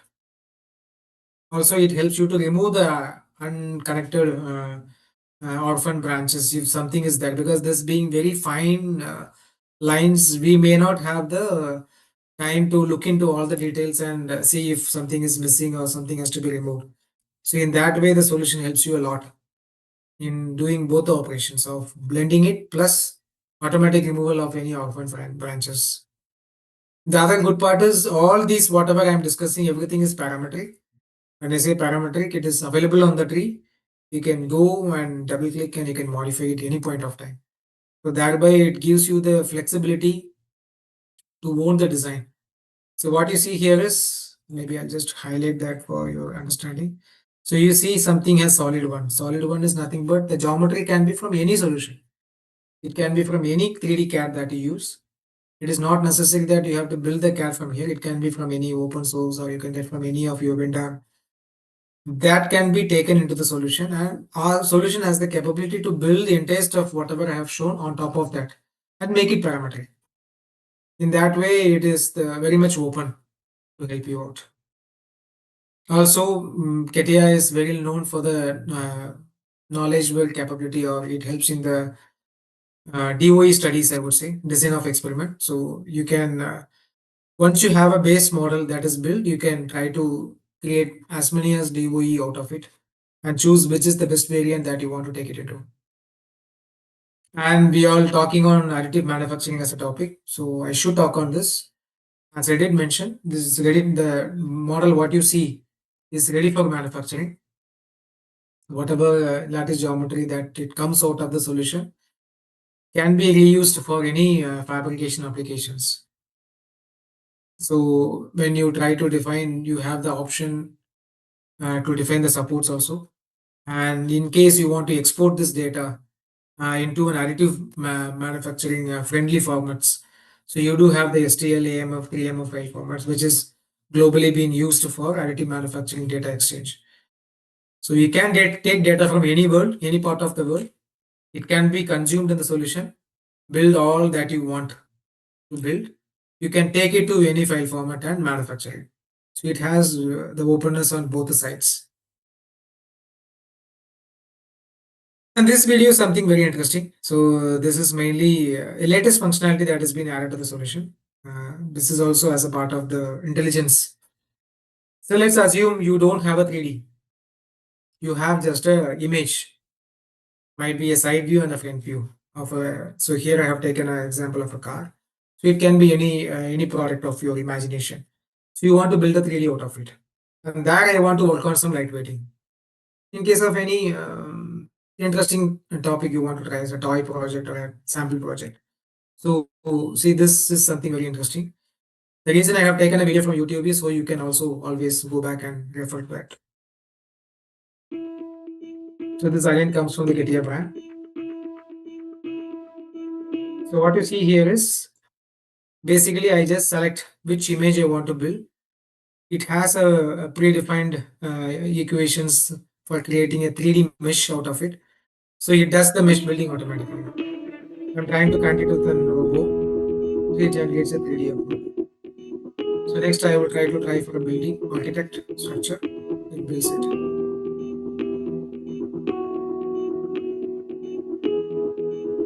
Just connect the image, it gives you the video.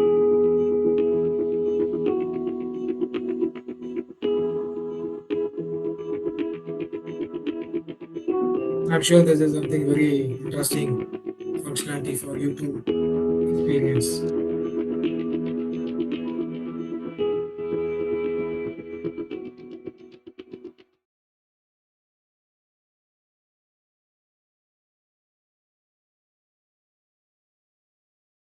Sorry. 1 second. Got cancelled.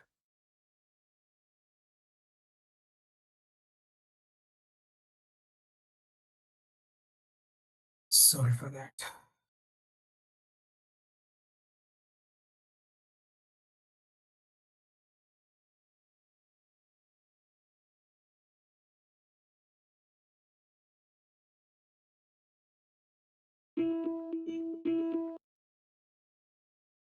For some reason, I'm not able to do that.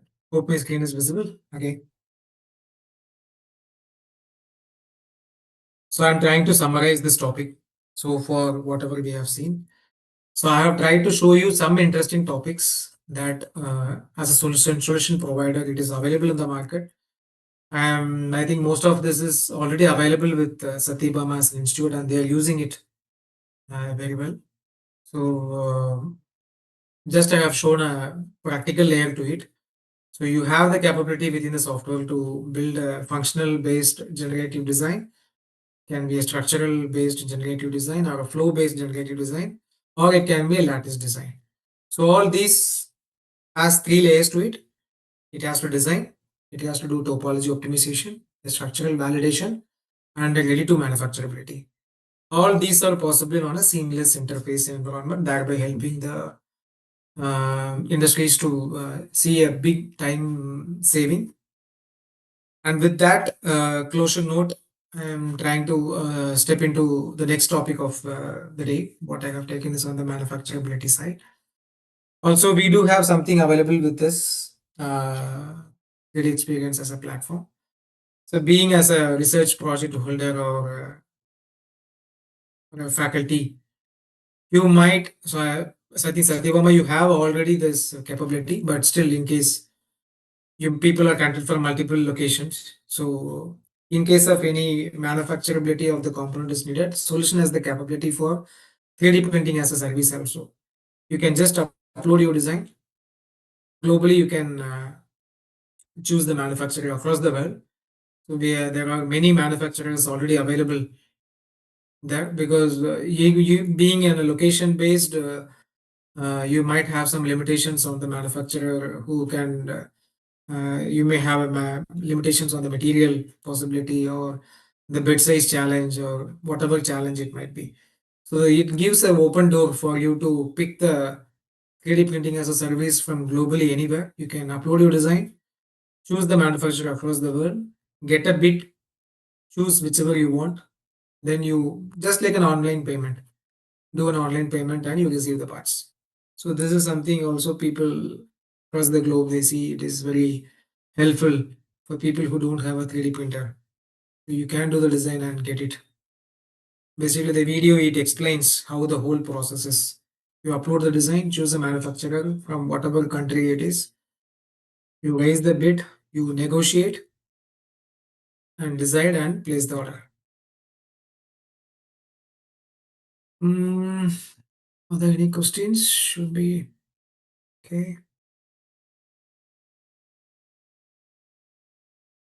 Okay, I see 2 questions. I'll try to answer that quickly before I step into the next topic. Is this CATIA V5? Ashish, okay. No, this is CATIA 3D experience. So CATIA V5 is still available in the industry, but 3D experience is, it is the single platform that unifies all the solutions of DESO. So here you have simulation, CAD, manufacturing, PLM. We have solution even for biovia, something that is helping on the pharmaceutical and material modeling side. All these solutions are integrated in a single environment, which we call it as 3D experience.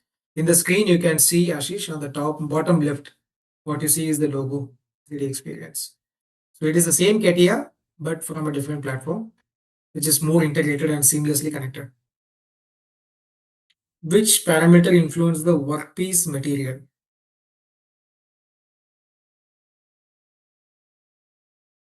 I assume you are talking about. Okay, so here material in the sense you can choose multiple materials also. By default, the solution comes with a material library.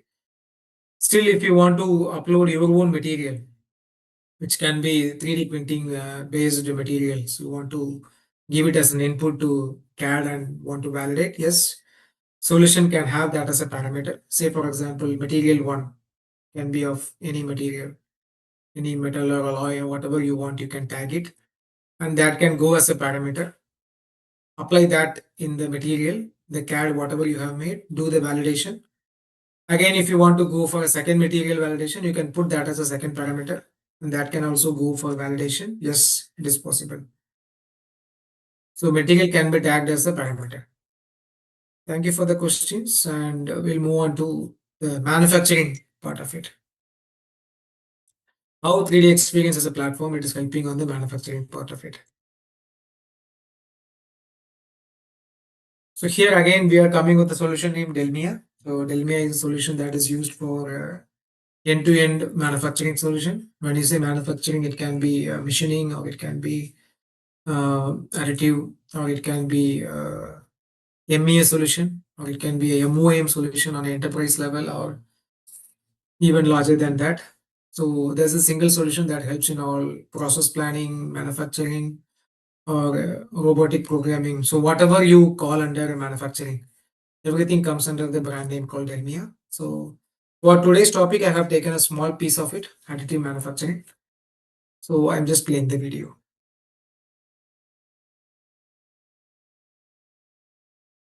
So once we're done with the design, which I covered on the earlier topics, so how that would be taken into manufacturing side, that is something I'm trying to show here. You choose what is the machine type that is already available with you. Here I have taken a SLA.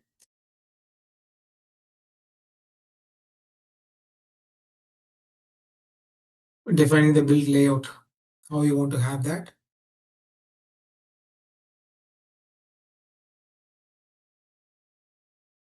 So you have that build part already available. You can choose as many as build parts that you want to put into your bed. So it can come as a STL file, or it can be done from Kitty also. It can come from third party, also from our own solution. So you have chosen 3 parts. So the solution takes the liberty to do the nesting part of it to minimize the wastage, how it can be well placed. So that is taken care. So now we are trying to create the support for this. Support creation, again, you have the intelligence from the software. It decides automatically based on the design and what machine you have chosen for the 3D printing. So you have seen that it is SLA is being chosen. So it has the already know-hows that is already given to the software. So using that knowledge and know-how, it is trying to create or generate the support structure for this. So now all support structures are defined automatically. So you can see that.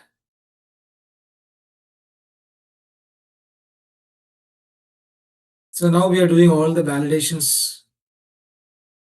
So instead of going very blindly, I'm just, all the rules are defined. I'm trying to check or validate.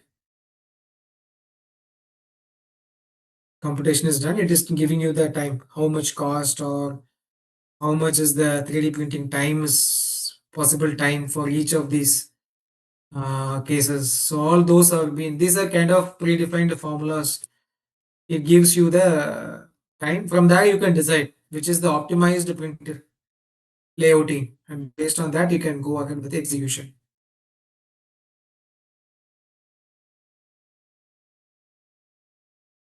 Then, in case you want to take an output out of it, as I did mention, 3MF or whatever file format you want to take out of it.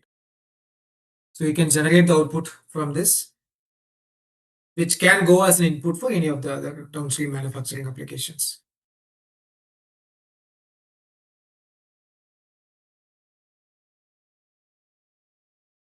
So this is just to give you a confidence that there is nothing missed out. You have a proper report explaining how many parts, what is the time for each of these. It's a perfect report. And based on that, you can go ahead with your next steps. So that is just a base idea to give you an entry level knowledge on what we have on additive manufacturing from our side. Then getting on to what is additive manufacturing from our side perspective of it. So here, I think earlier slides, I tried to touch base on generative design. So how generative design is possible with the solution we have seen already. So that has been extended to create a 3D printing. So where you simulate and build the 3D objects by adding this layer upon layer material deposition, creating lighter and stronger parts. So we all know this advantage, disadvantages of this. So I'm not wasting time on this. So where this additive manufacturing is used. So basically, we all know mass customization is something I was talking few slides back. So mass customization has come into even consumer goods levels. And automotive and aerospace, of course, yes, it's already there in place. Plus tools, jigs and fixtures, all these areas it's taken care. This is the general overall workflow. So this lies to be same almost in every solution, how the typical workflow of an additive manufacturing is. Then coming on to the materials and techniques. I think this is something I want to spend more time upon.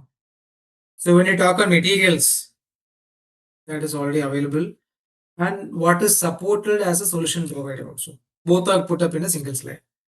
So here you have the materials starting from ceramics till composites, bioplastics, and mid layer you have the metals and plastics.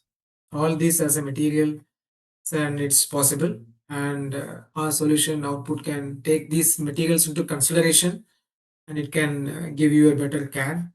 Plus, when you talk on technique aspect of it, so whether you may have a question whether the solution has a capacity to consider on the powder bed fusion or on the sheet lamination or material extrusion, whatever techniques of manufacturing these objects that we have seen in previous slides.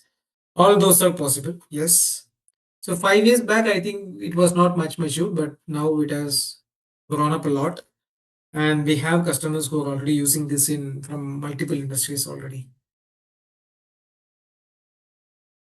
So I have few slides to talk more in detail about this, each of these, comparing on the advantages and disadvantages. Many of you might have some idea on this, but for people who for them who are new, might be this can be an helpful slides for you.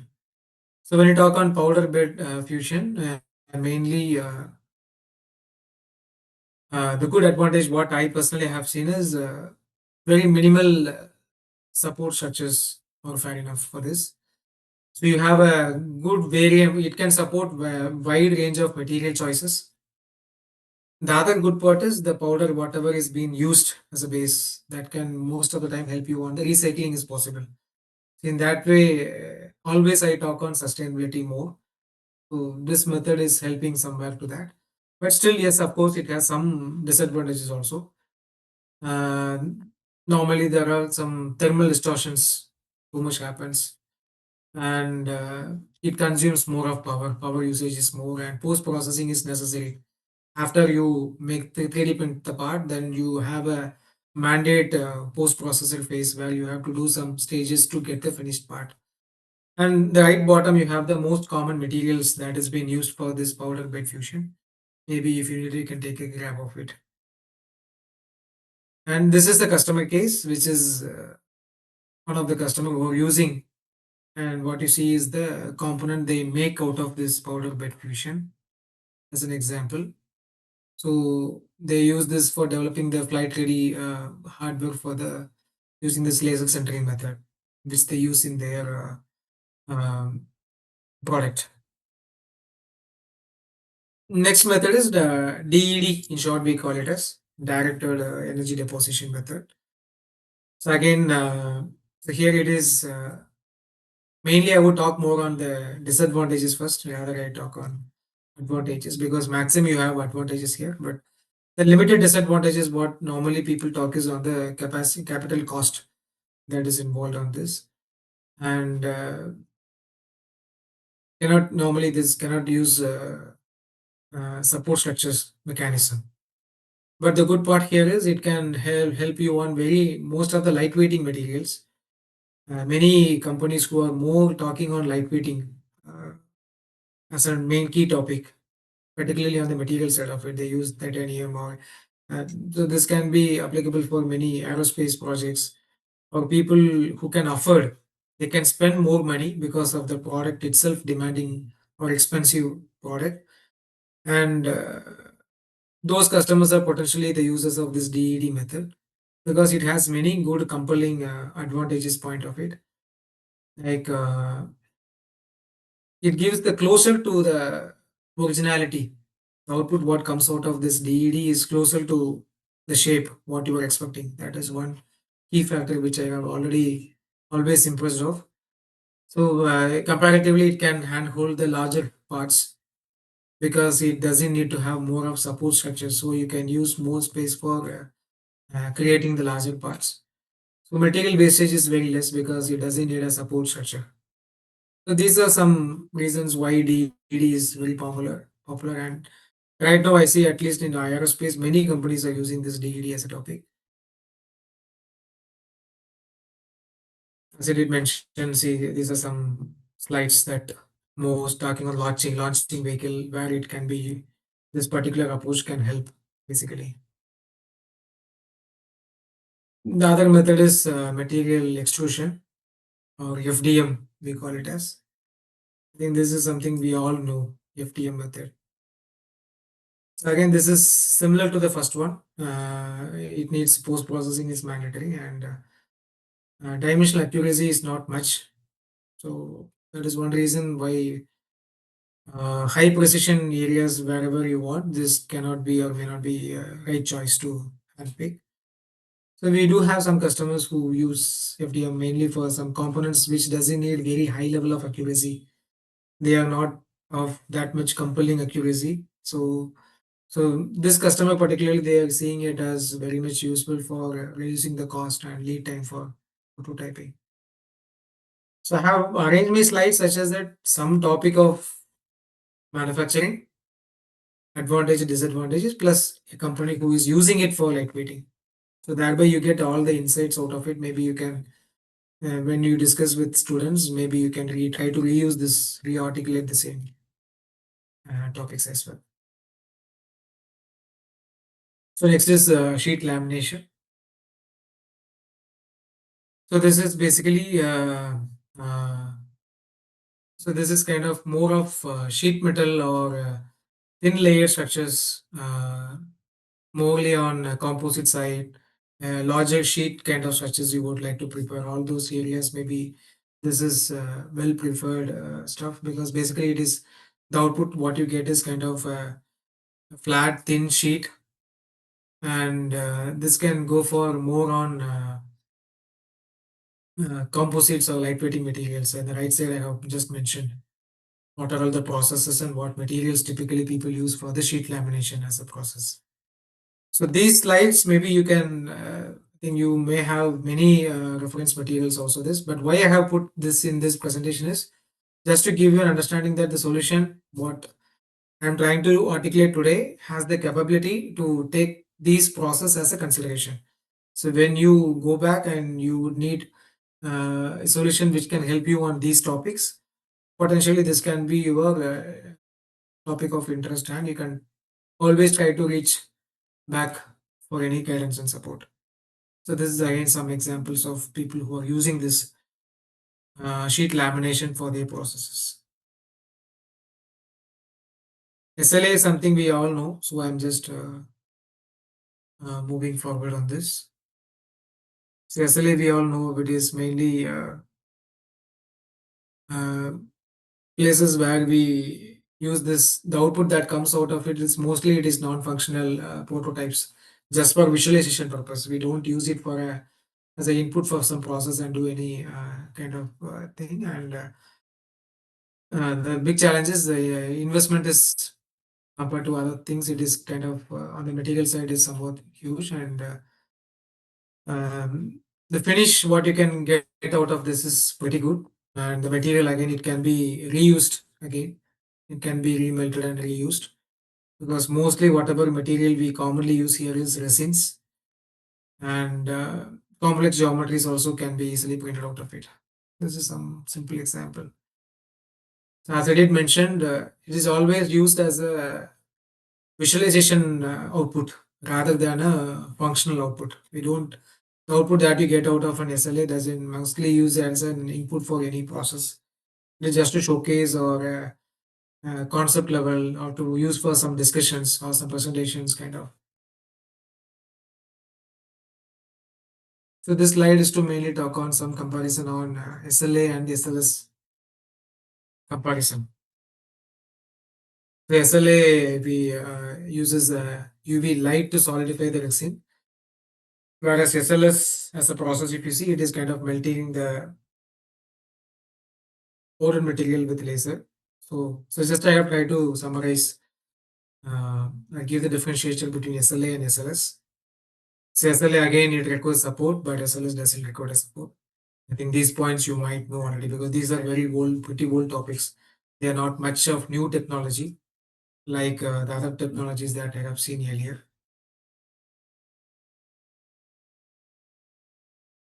So binder jetting, this is something new, or maybe so here this is kind of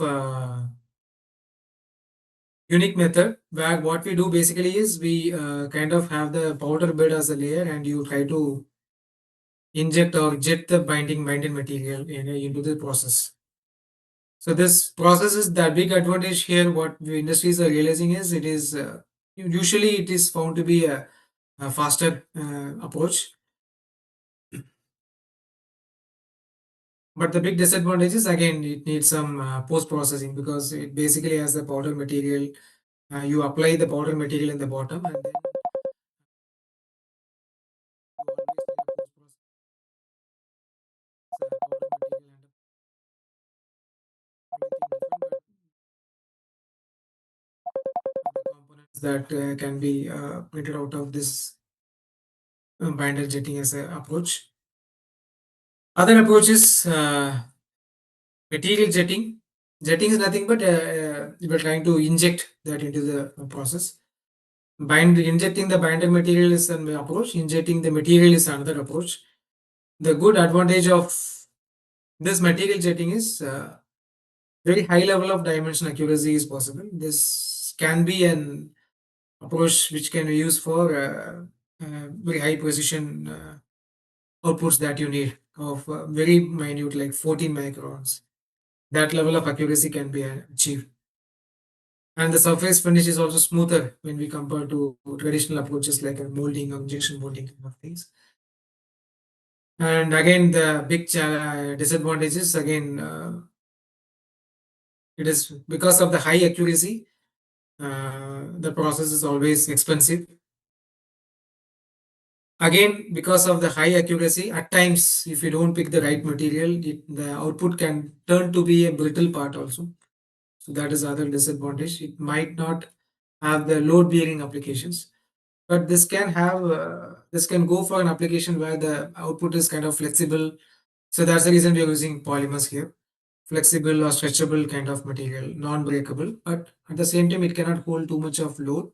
So that kind of applications, this can go as an technique basically. So this is just to give a comparison of material jetting and binder jetting. Maybe if you want, you can take a gap of this. So both can help on the output of both the components are brittle parts because of the jetting as a technique, but materials more or less kind of same almost. So even here you can use polymers, and the binder jetting also you can use polymers. And you have a list of manufacturers or 3D machine makers who basically provide this as a technology. Maybe if some topic is relevant for you, you can always reach them and ask for more queries on that. Again, I'm trying to summarize all the different techniques I have touched base so far in additive manufacturing as a topic. So the powder bed fusion, the two material jetting and binder jetting and DED approach, photopolymerization and material extrusion, sheet lamination. So all these technologies or can be then manufacturing consideration for the design when it comes to 3D experience as a solution.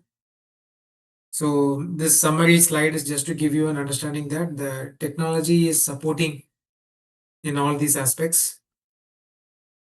In case if you're using any of the older technology of a solution, might be you can always try to update and get into the latest technology. Thereby it can open on the possibilities of all the advanced topics that you want to.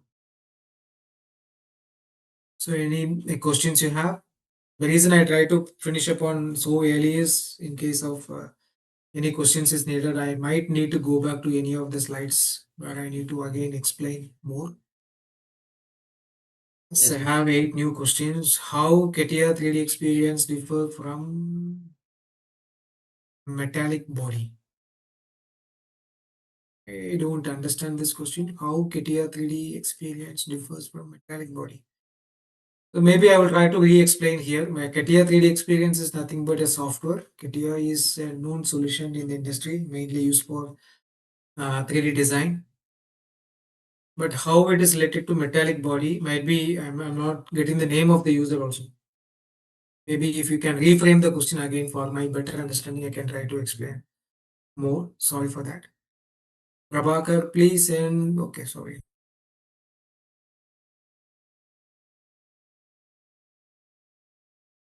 No much of questions. Sir, we can wait for 2 minutes for participants to put the questions in Yes, the yes, comment yes. box. Before that, it is a good, interesting presentation, more informative, sir. Overall, from the software to manufacturing step, from the A to Z, you explained very well. Thank you once again for this wonderful presentation, sir. Thank you. Actually, I have few doubts regarding design and analysis portion. Actually, you telling that how lattice structures are the designs, how lattice structure incorporation or topology optimization things. I have a few doubts. Can you explain how we can define where we can put lattice structure? That means design space. How we constrain conclude the design space and non-design space to introduce the lattice structures. Okay. That is a basic question. It will be more helpful for the participants also. Sure, sure, sure. Yes, I agree that. So I go back to my previous slides here. So basically how we decide is, so this particular component, what you have put on the screen is, it is a combination of three functional areas. So this particular component has, so this particular hole, what you see that I'm highlighting here is a mating component, or it has a functional component that is going to penetrate into this hole. Same applies for the other two places as well. So these three areas we name it as functional layers. So we cannot do any compromise on that side. So basically what we define is, we define those areas as functional areas where you will have some component that is going to mate with this side. So what software basically understands is, it understands these areas I should not do any kind of optimization. Then you define some spaces. So what you see here is open cavities. So I am just guiding the software, mentioning that these are the areas which doesn't impact my structure much, that can have a lightweighting that can happen in this particular area. So this we call it as the design space. So we define an area where lattice structures can be introduced with no harm to the overall functionality of the component. So here the two blue green lying areas are the open cavities that I am giving the software as input. So then software understands that. And in this particular slide, again, I'm trying to decide what type of lattice I want to place over here. So that is something user basically decides. So you have many predefined shapes also, like the crown shape or the cubic diamond, even in case honeycomb.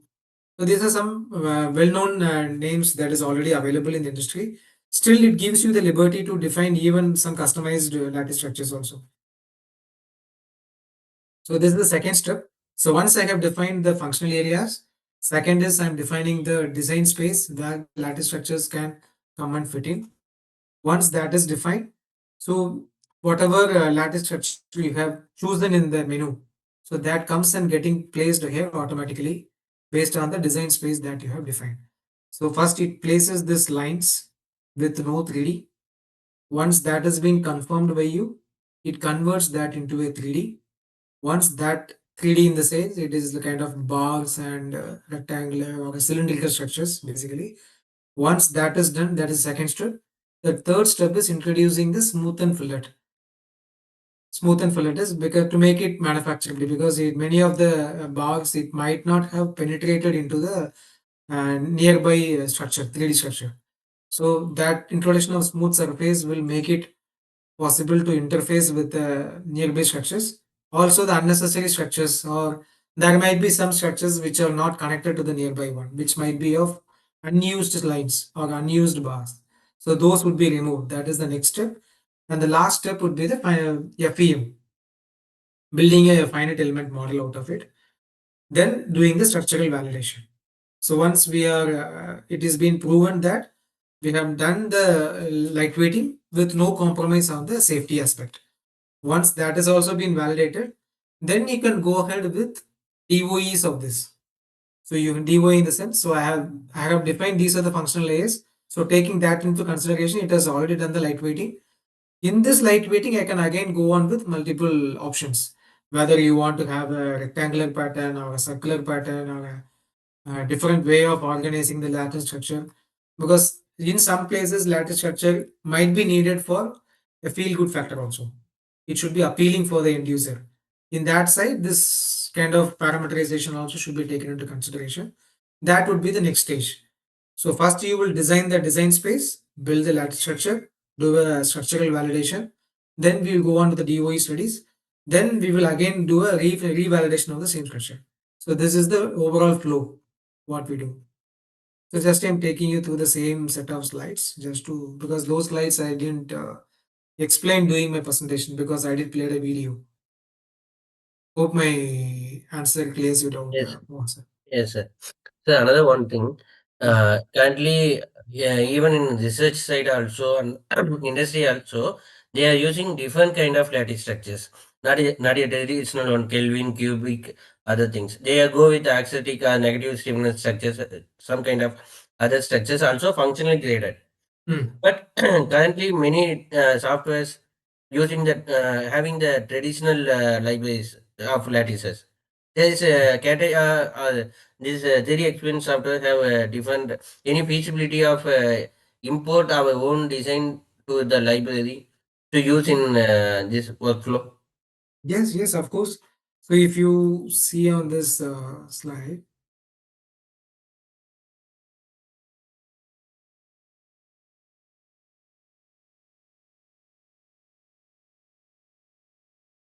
so in this actually there would be, when you click on the drop down, there will be something called user defined. So where you can define the your own shape, because CATIA is again known for parameterization. It doesn't always limit you with the limited defined shapes. It always gives you the openness to have the maximum of complexity you want to take. So that is the reason I try to put this video also, to give you more confidence that whatever shape you want, you can build. So there is no limitation. So it can be a 2D image to 3D conversion, or even you can ask the software to come out with multiple possible outputs that are very impressive. Also, I did show some examples, right? 3D printed chair. Yeah. That is also a kind of example for light painting or lattice structures. Basically, Oh, it gives you the freedom of whatever shape you want to take. yes. It has the predefined shapes, but still it gives you the option to give a user defined as well, sir. Not a problem. Okay. Another one thing is there is a one concept like functionally grading. That means if we go incorporated 5 centimeter lattice structure means first 2 centimeters one density, another 2 centimeters another one density to optimize the structure performance. When we use that kind of technique, there's a issue during the design space is the merging portion of one layer of relative density and another layer of relative density. That mode portion, right? Stud joining portion, that more joining portion. During the meshing, when we go for the FEA after lattice incorporation, it is hard to mesh that things. Whether any updation or any easy way to do that one? So Any how such? you manage the machine right now, Mohan sir? Actually, currently we don't have that this licensed software. My next question is as academic person, I need to ask next question that one also. That means any student version of theory experience software is available to for research work and project work. That thing, if you explain to our participant, it will be more helpful, sir. Sure, sir. So here I will try to answer the question as three set of answers. The first answer, what I would like to say here is the good advantage of 3D experience as a platform is here the solution of design, simulation, and manufacturing, all three phases are interconnected. So when I say interconnected, what happens is if there is a limitation on the simulation side, the solution has the capability to go ahead and modify on the design aspect also. There are limitations in case if you have separate softwares. So design is coming from a separate solution and simulation is from other solution. In case of any changes that has to happen on the design side, you always have a limitation on the simulation too. You cannot do that actually. Then again, it has to go back to the design and they have to redesign and come back to you. But here, the biggest advantage what you have here is the solution can have rule-based validations, meshes. It can have rule-based such designs also. So when I say rule-based, see in case we are trying to do a mesh and it has some challenges on the design aspect of it. So automatically what basically the mesh tool does is it can get into the parameters of design and it can try to incorporate some changes that it want to do for the meshing also. That knowledge and know-how also it can incorporate in the software. That is one answer. Second answer, for you to use the free software or a educational version of it. So normally every year they try to give a free software also. Basically, it is given against the student's ID card. Basically, the students would need to keep a track on the 3ds.com website. Maybe I can try to put it over here in the chat. So you have to keep an eye on this 3ds.com. There you will always have a slide for academia that you can just get into, and at least 2-3 months of a year they give this offer for the students. Basically, what is the process is students needs to upload their academic ID card or a proof of an academic institute.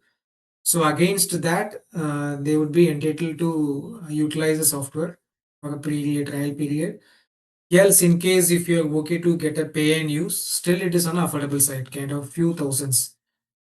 Less than 10,000, I think. I'm not pretty sure. That even that amount should be fair enough to own a licensed version. When I say licensed version, students can not only use the software, they would get the academic learning material also for a year. So whatever modules that you see on screen, those will have an academic material that will also be opened up.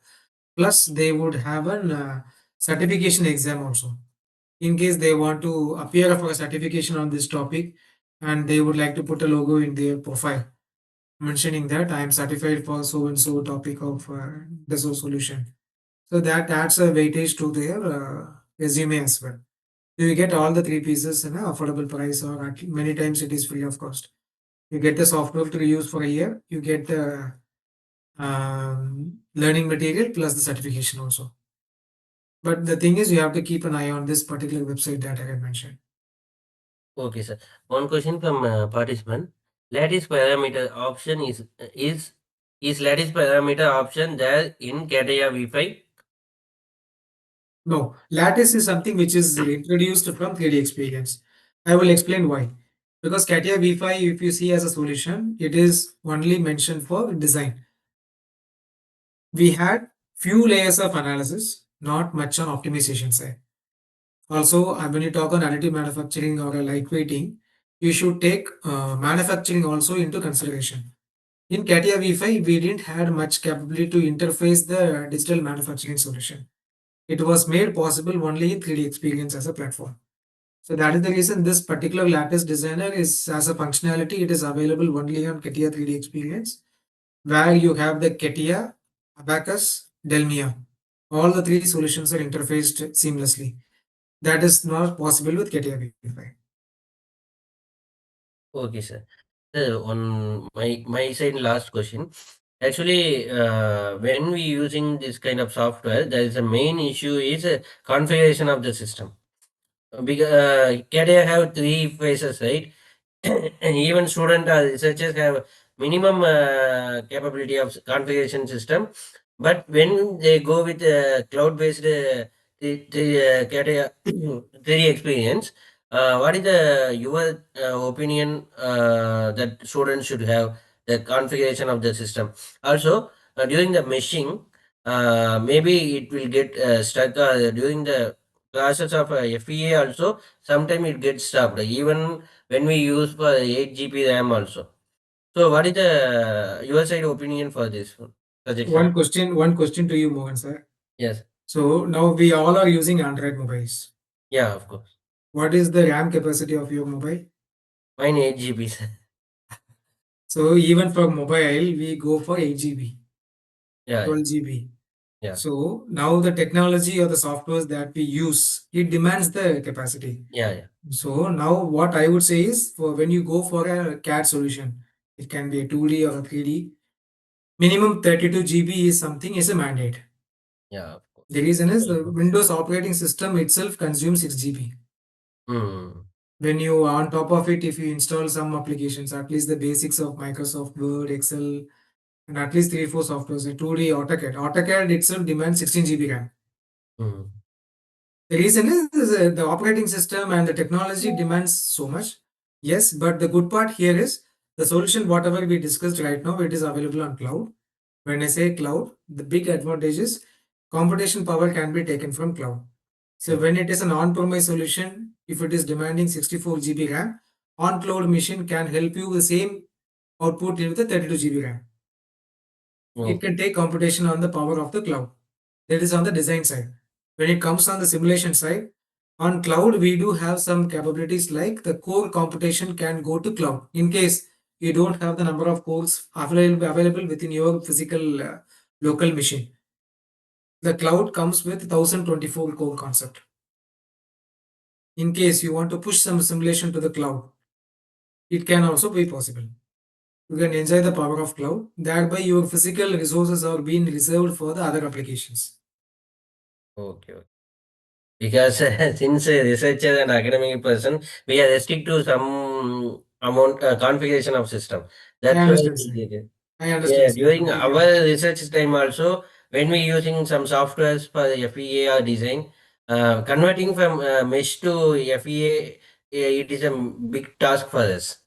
That's why these questions. I agree, sir. I agree. That is the reason we came up with a single unified approach, Yeah. which we call it as ModSim.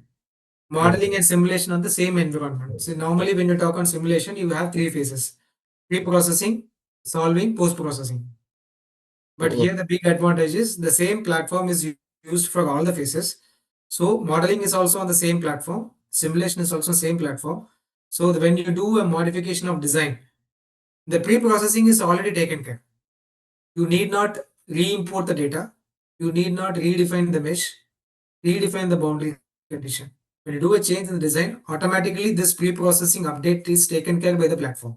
So that easily saves some 30% of your time. okay, okay, sir. Then the only potential thing what you have to put your effort is boundary maybe boundary definition alone in case of load parameter, or solving alone, maybe you have to reiterate. Pre-processor 30-40% of the time is already saved. So this, many of the companies have moved to this technology of ModSim, what we call it as modeling and simulation on the same environment. Thereby, import and export of data is time is saved. Redefining the mesh parameters, boundary condition, data cleaning, all those are already taken care. So which saves huge of the time, and you can 30-40% of the time you can save with this integrated approach, Monza.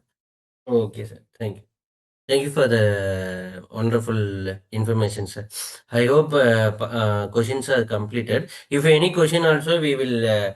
I hope we will send you message. We can send you email also. Like this in future also, we will come to you for this like kind of sessions, and also some software helps. Sure, Mohan, sir. Okay, sir. Thank you so much for the Thank you. wonderful session, sir. Thank you. Thank you all. Thank you. Good night and happy weekend. Thank you. I can drop off, sir? Yeah, sir. Yeah. Yeah. Dear participants, thank you for the patient. Now the session feedback from for today's two sessions were uploaded in the chat box. Kindly fill it. Within 5 minutes, we're going to end up this session. Kindly note down the link. And once again, thank you for the participants. We will meet you on last day of this wonderful session tomorrow. Thank you all. Thank you.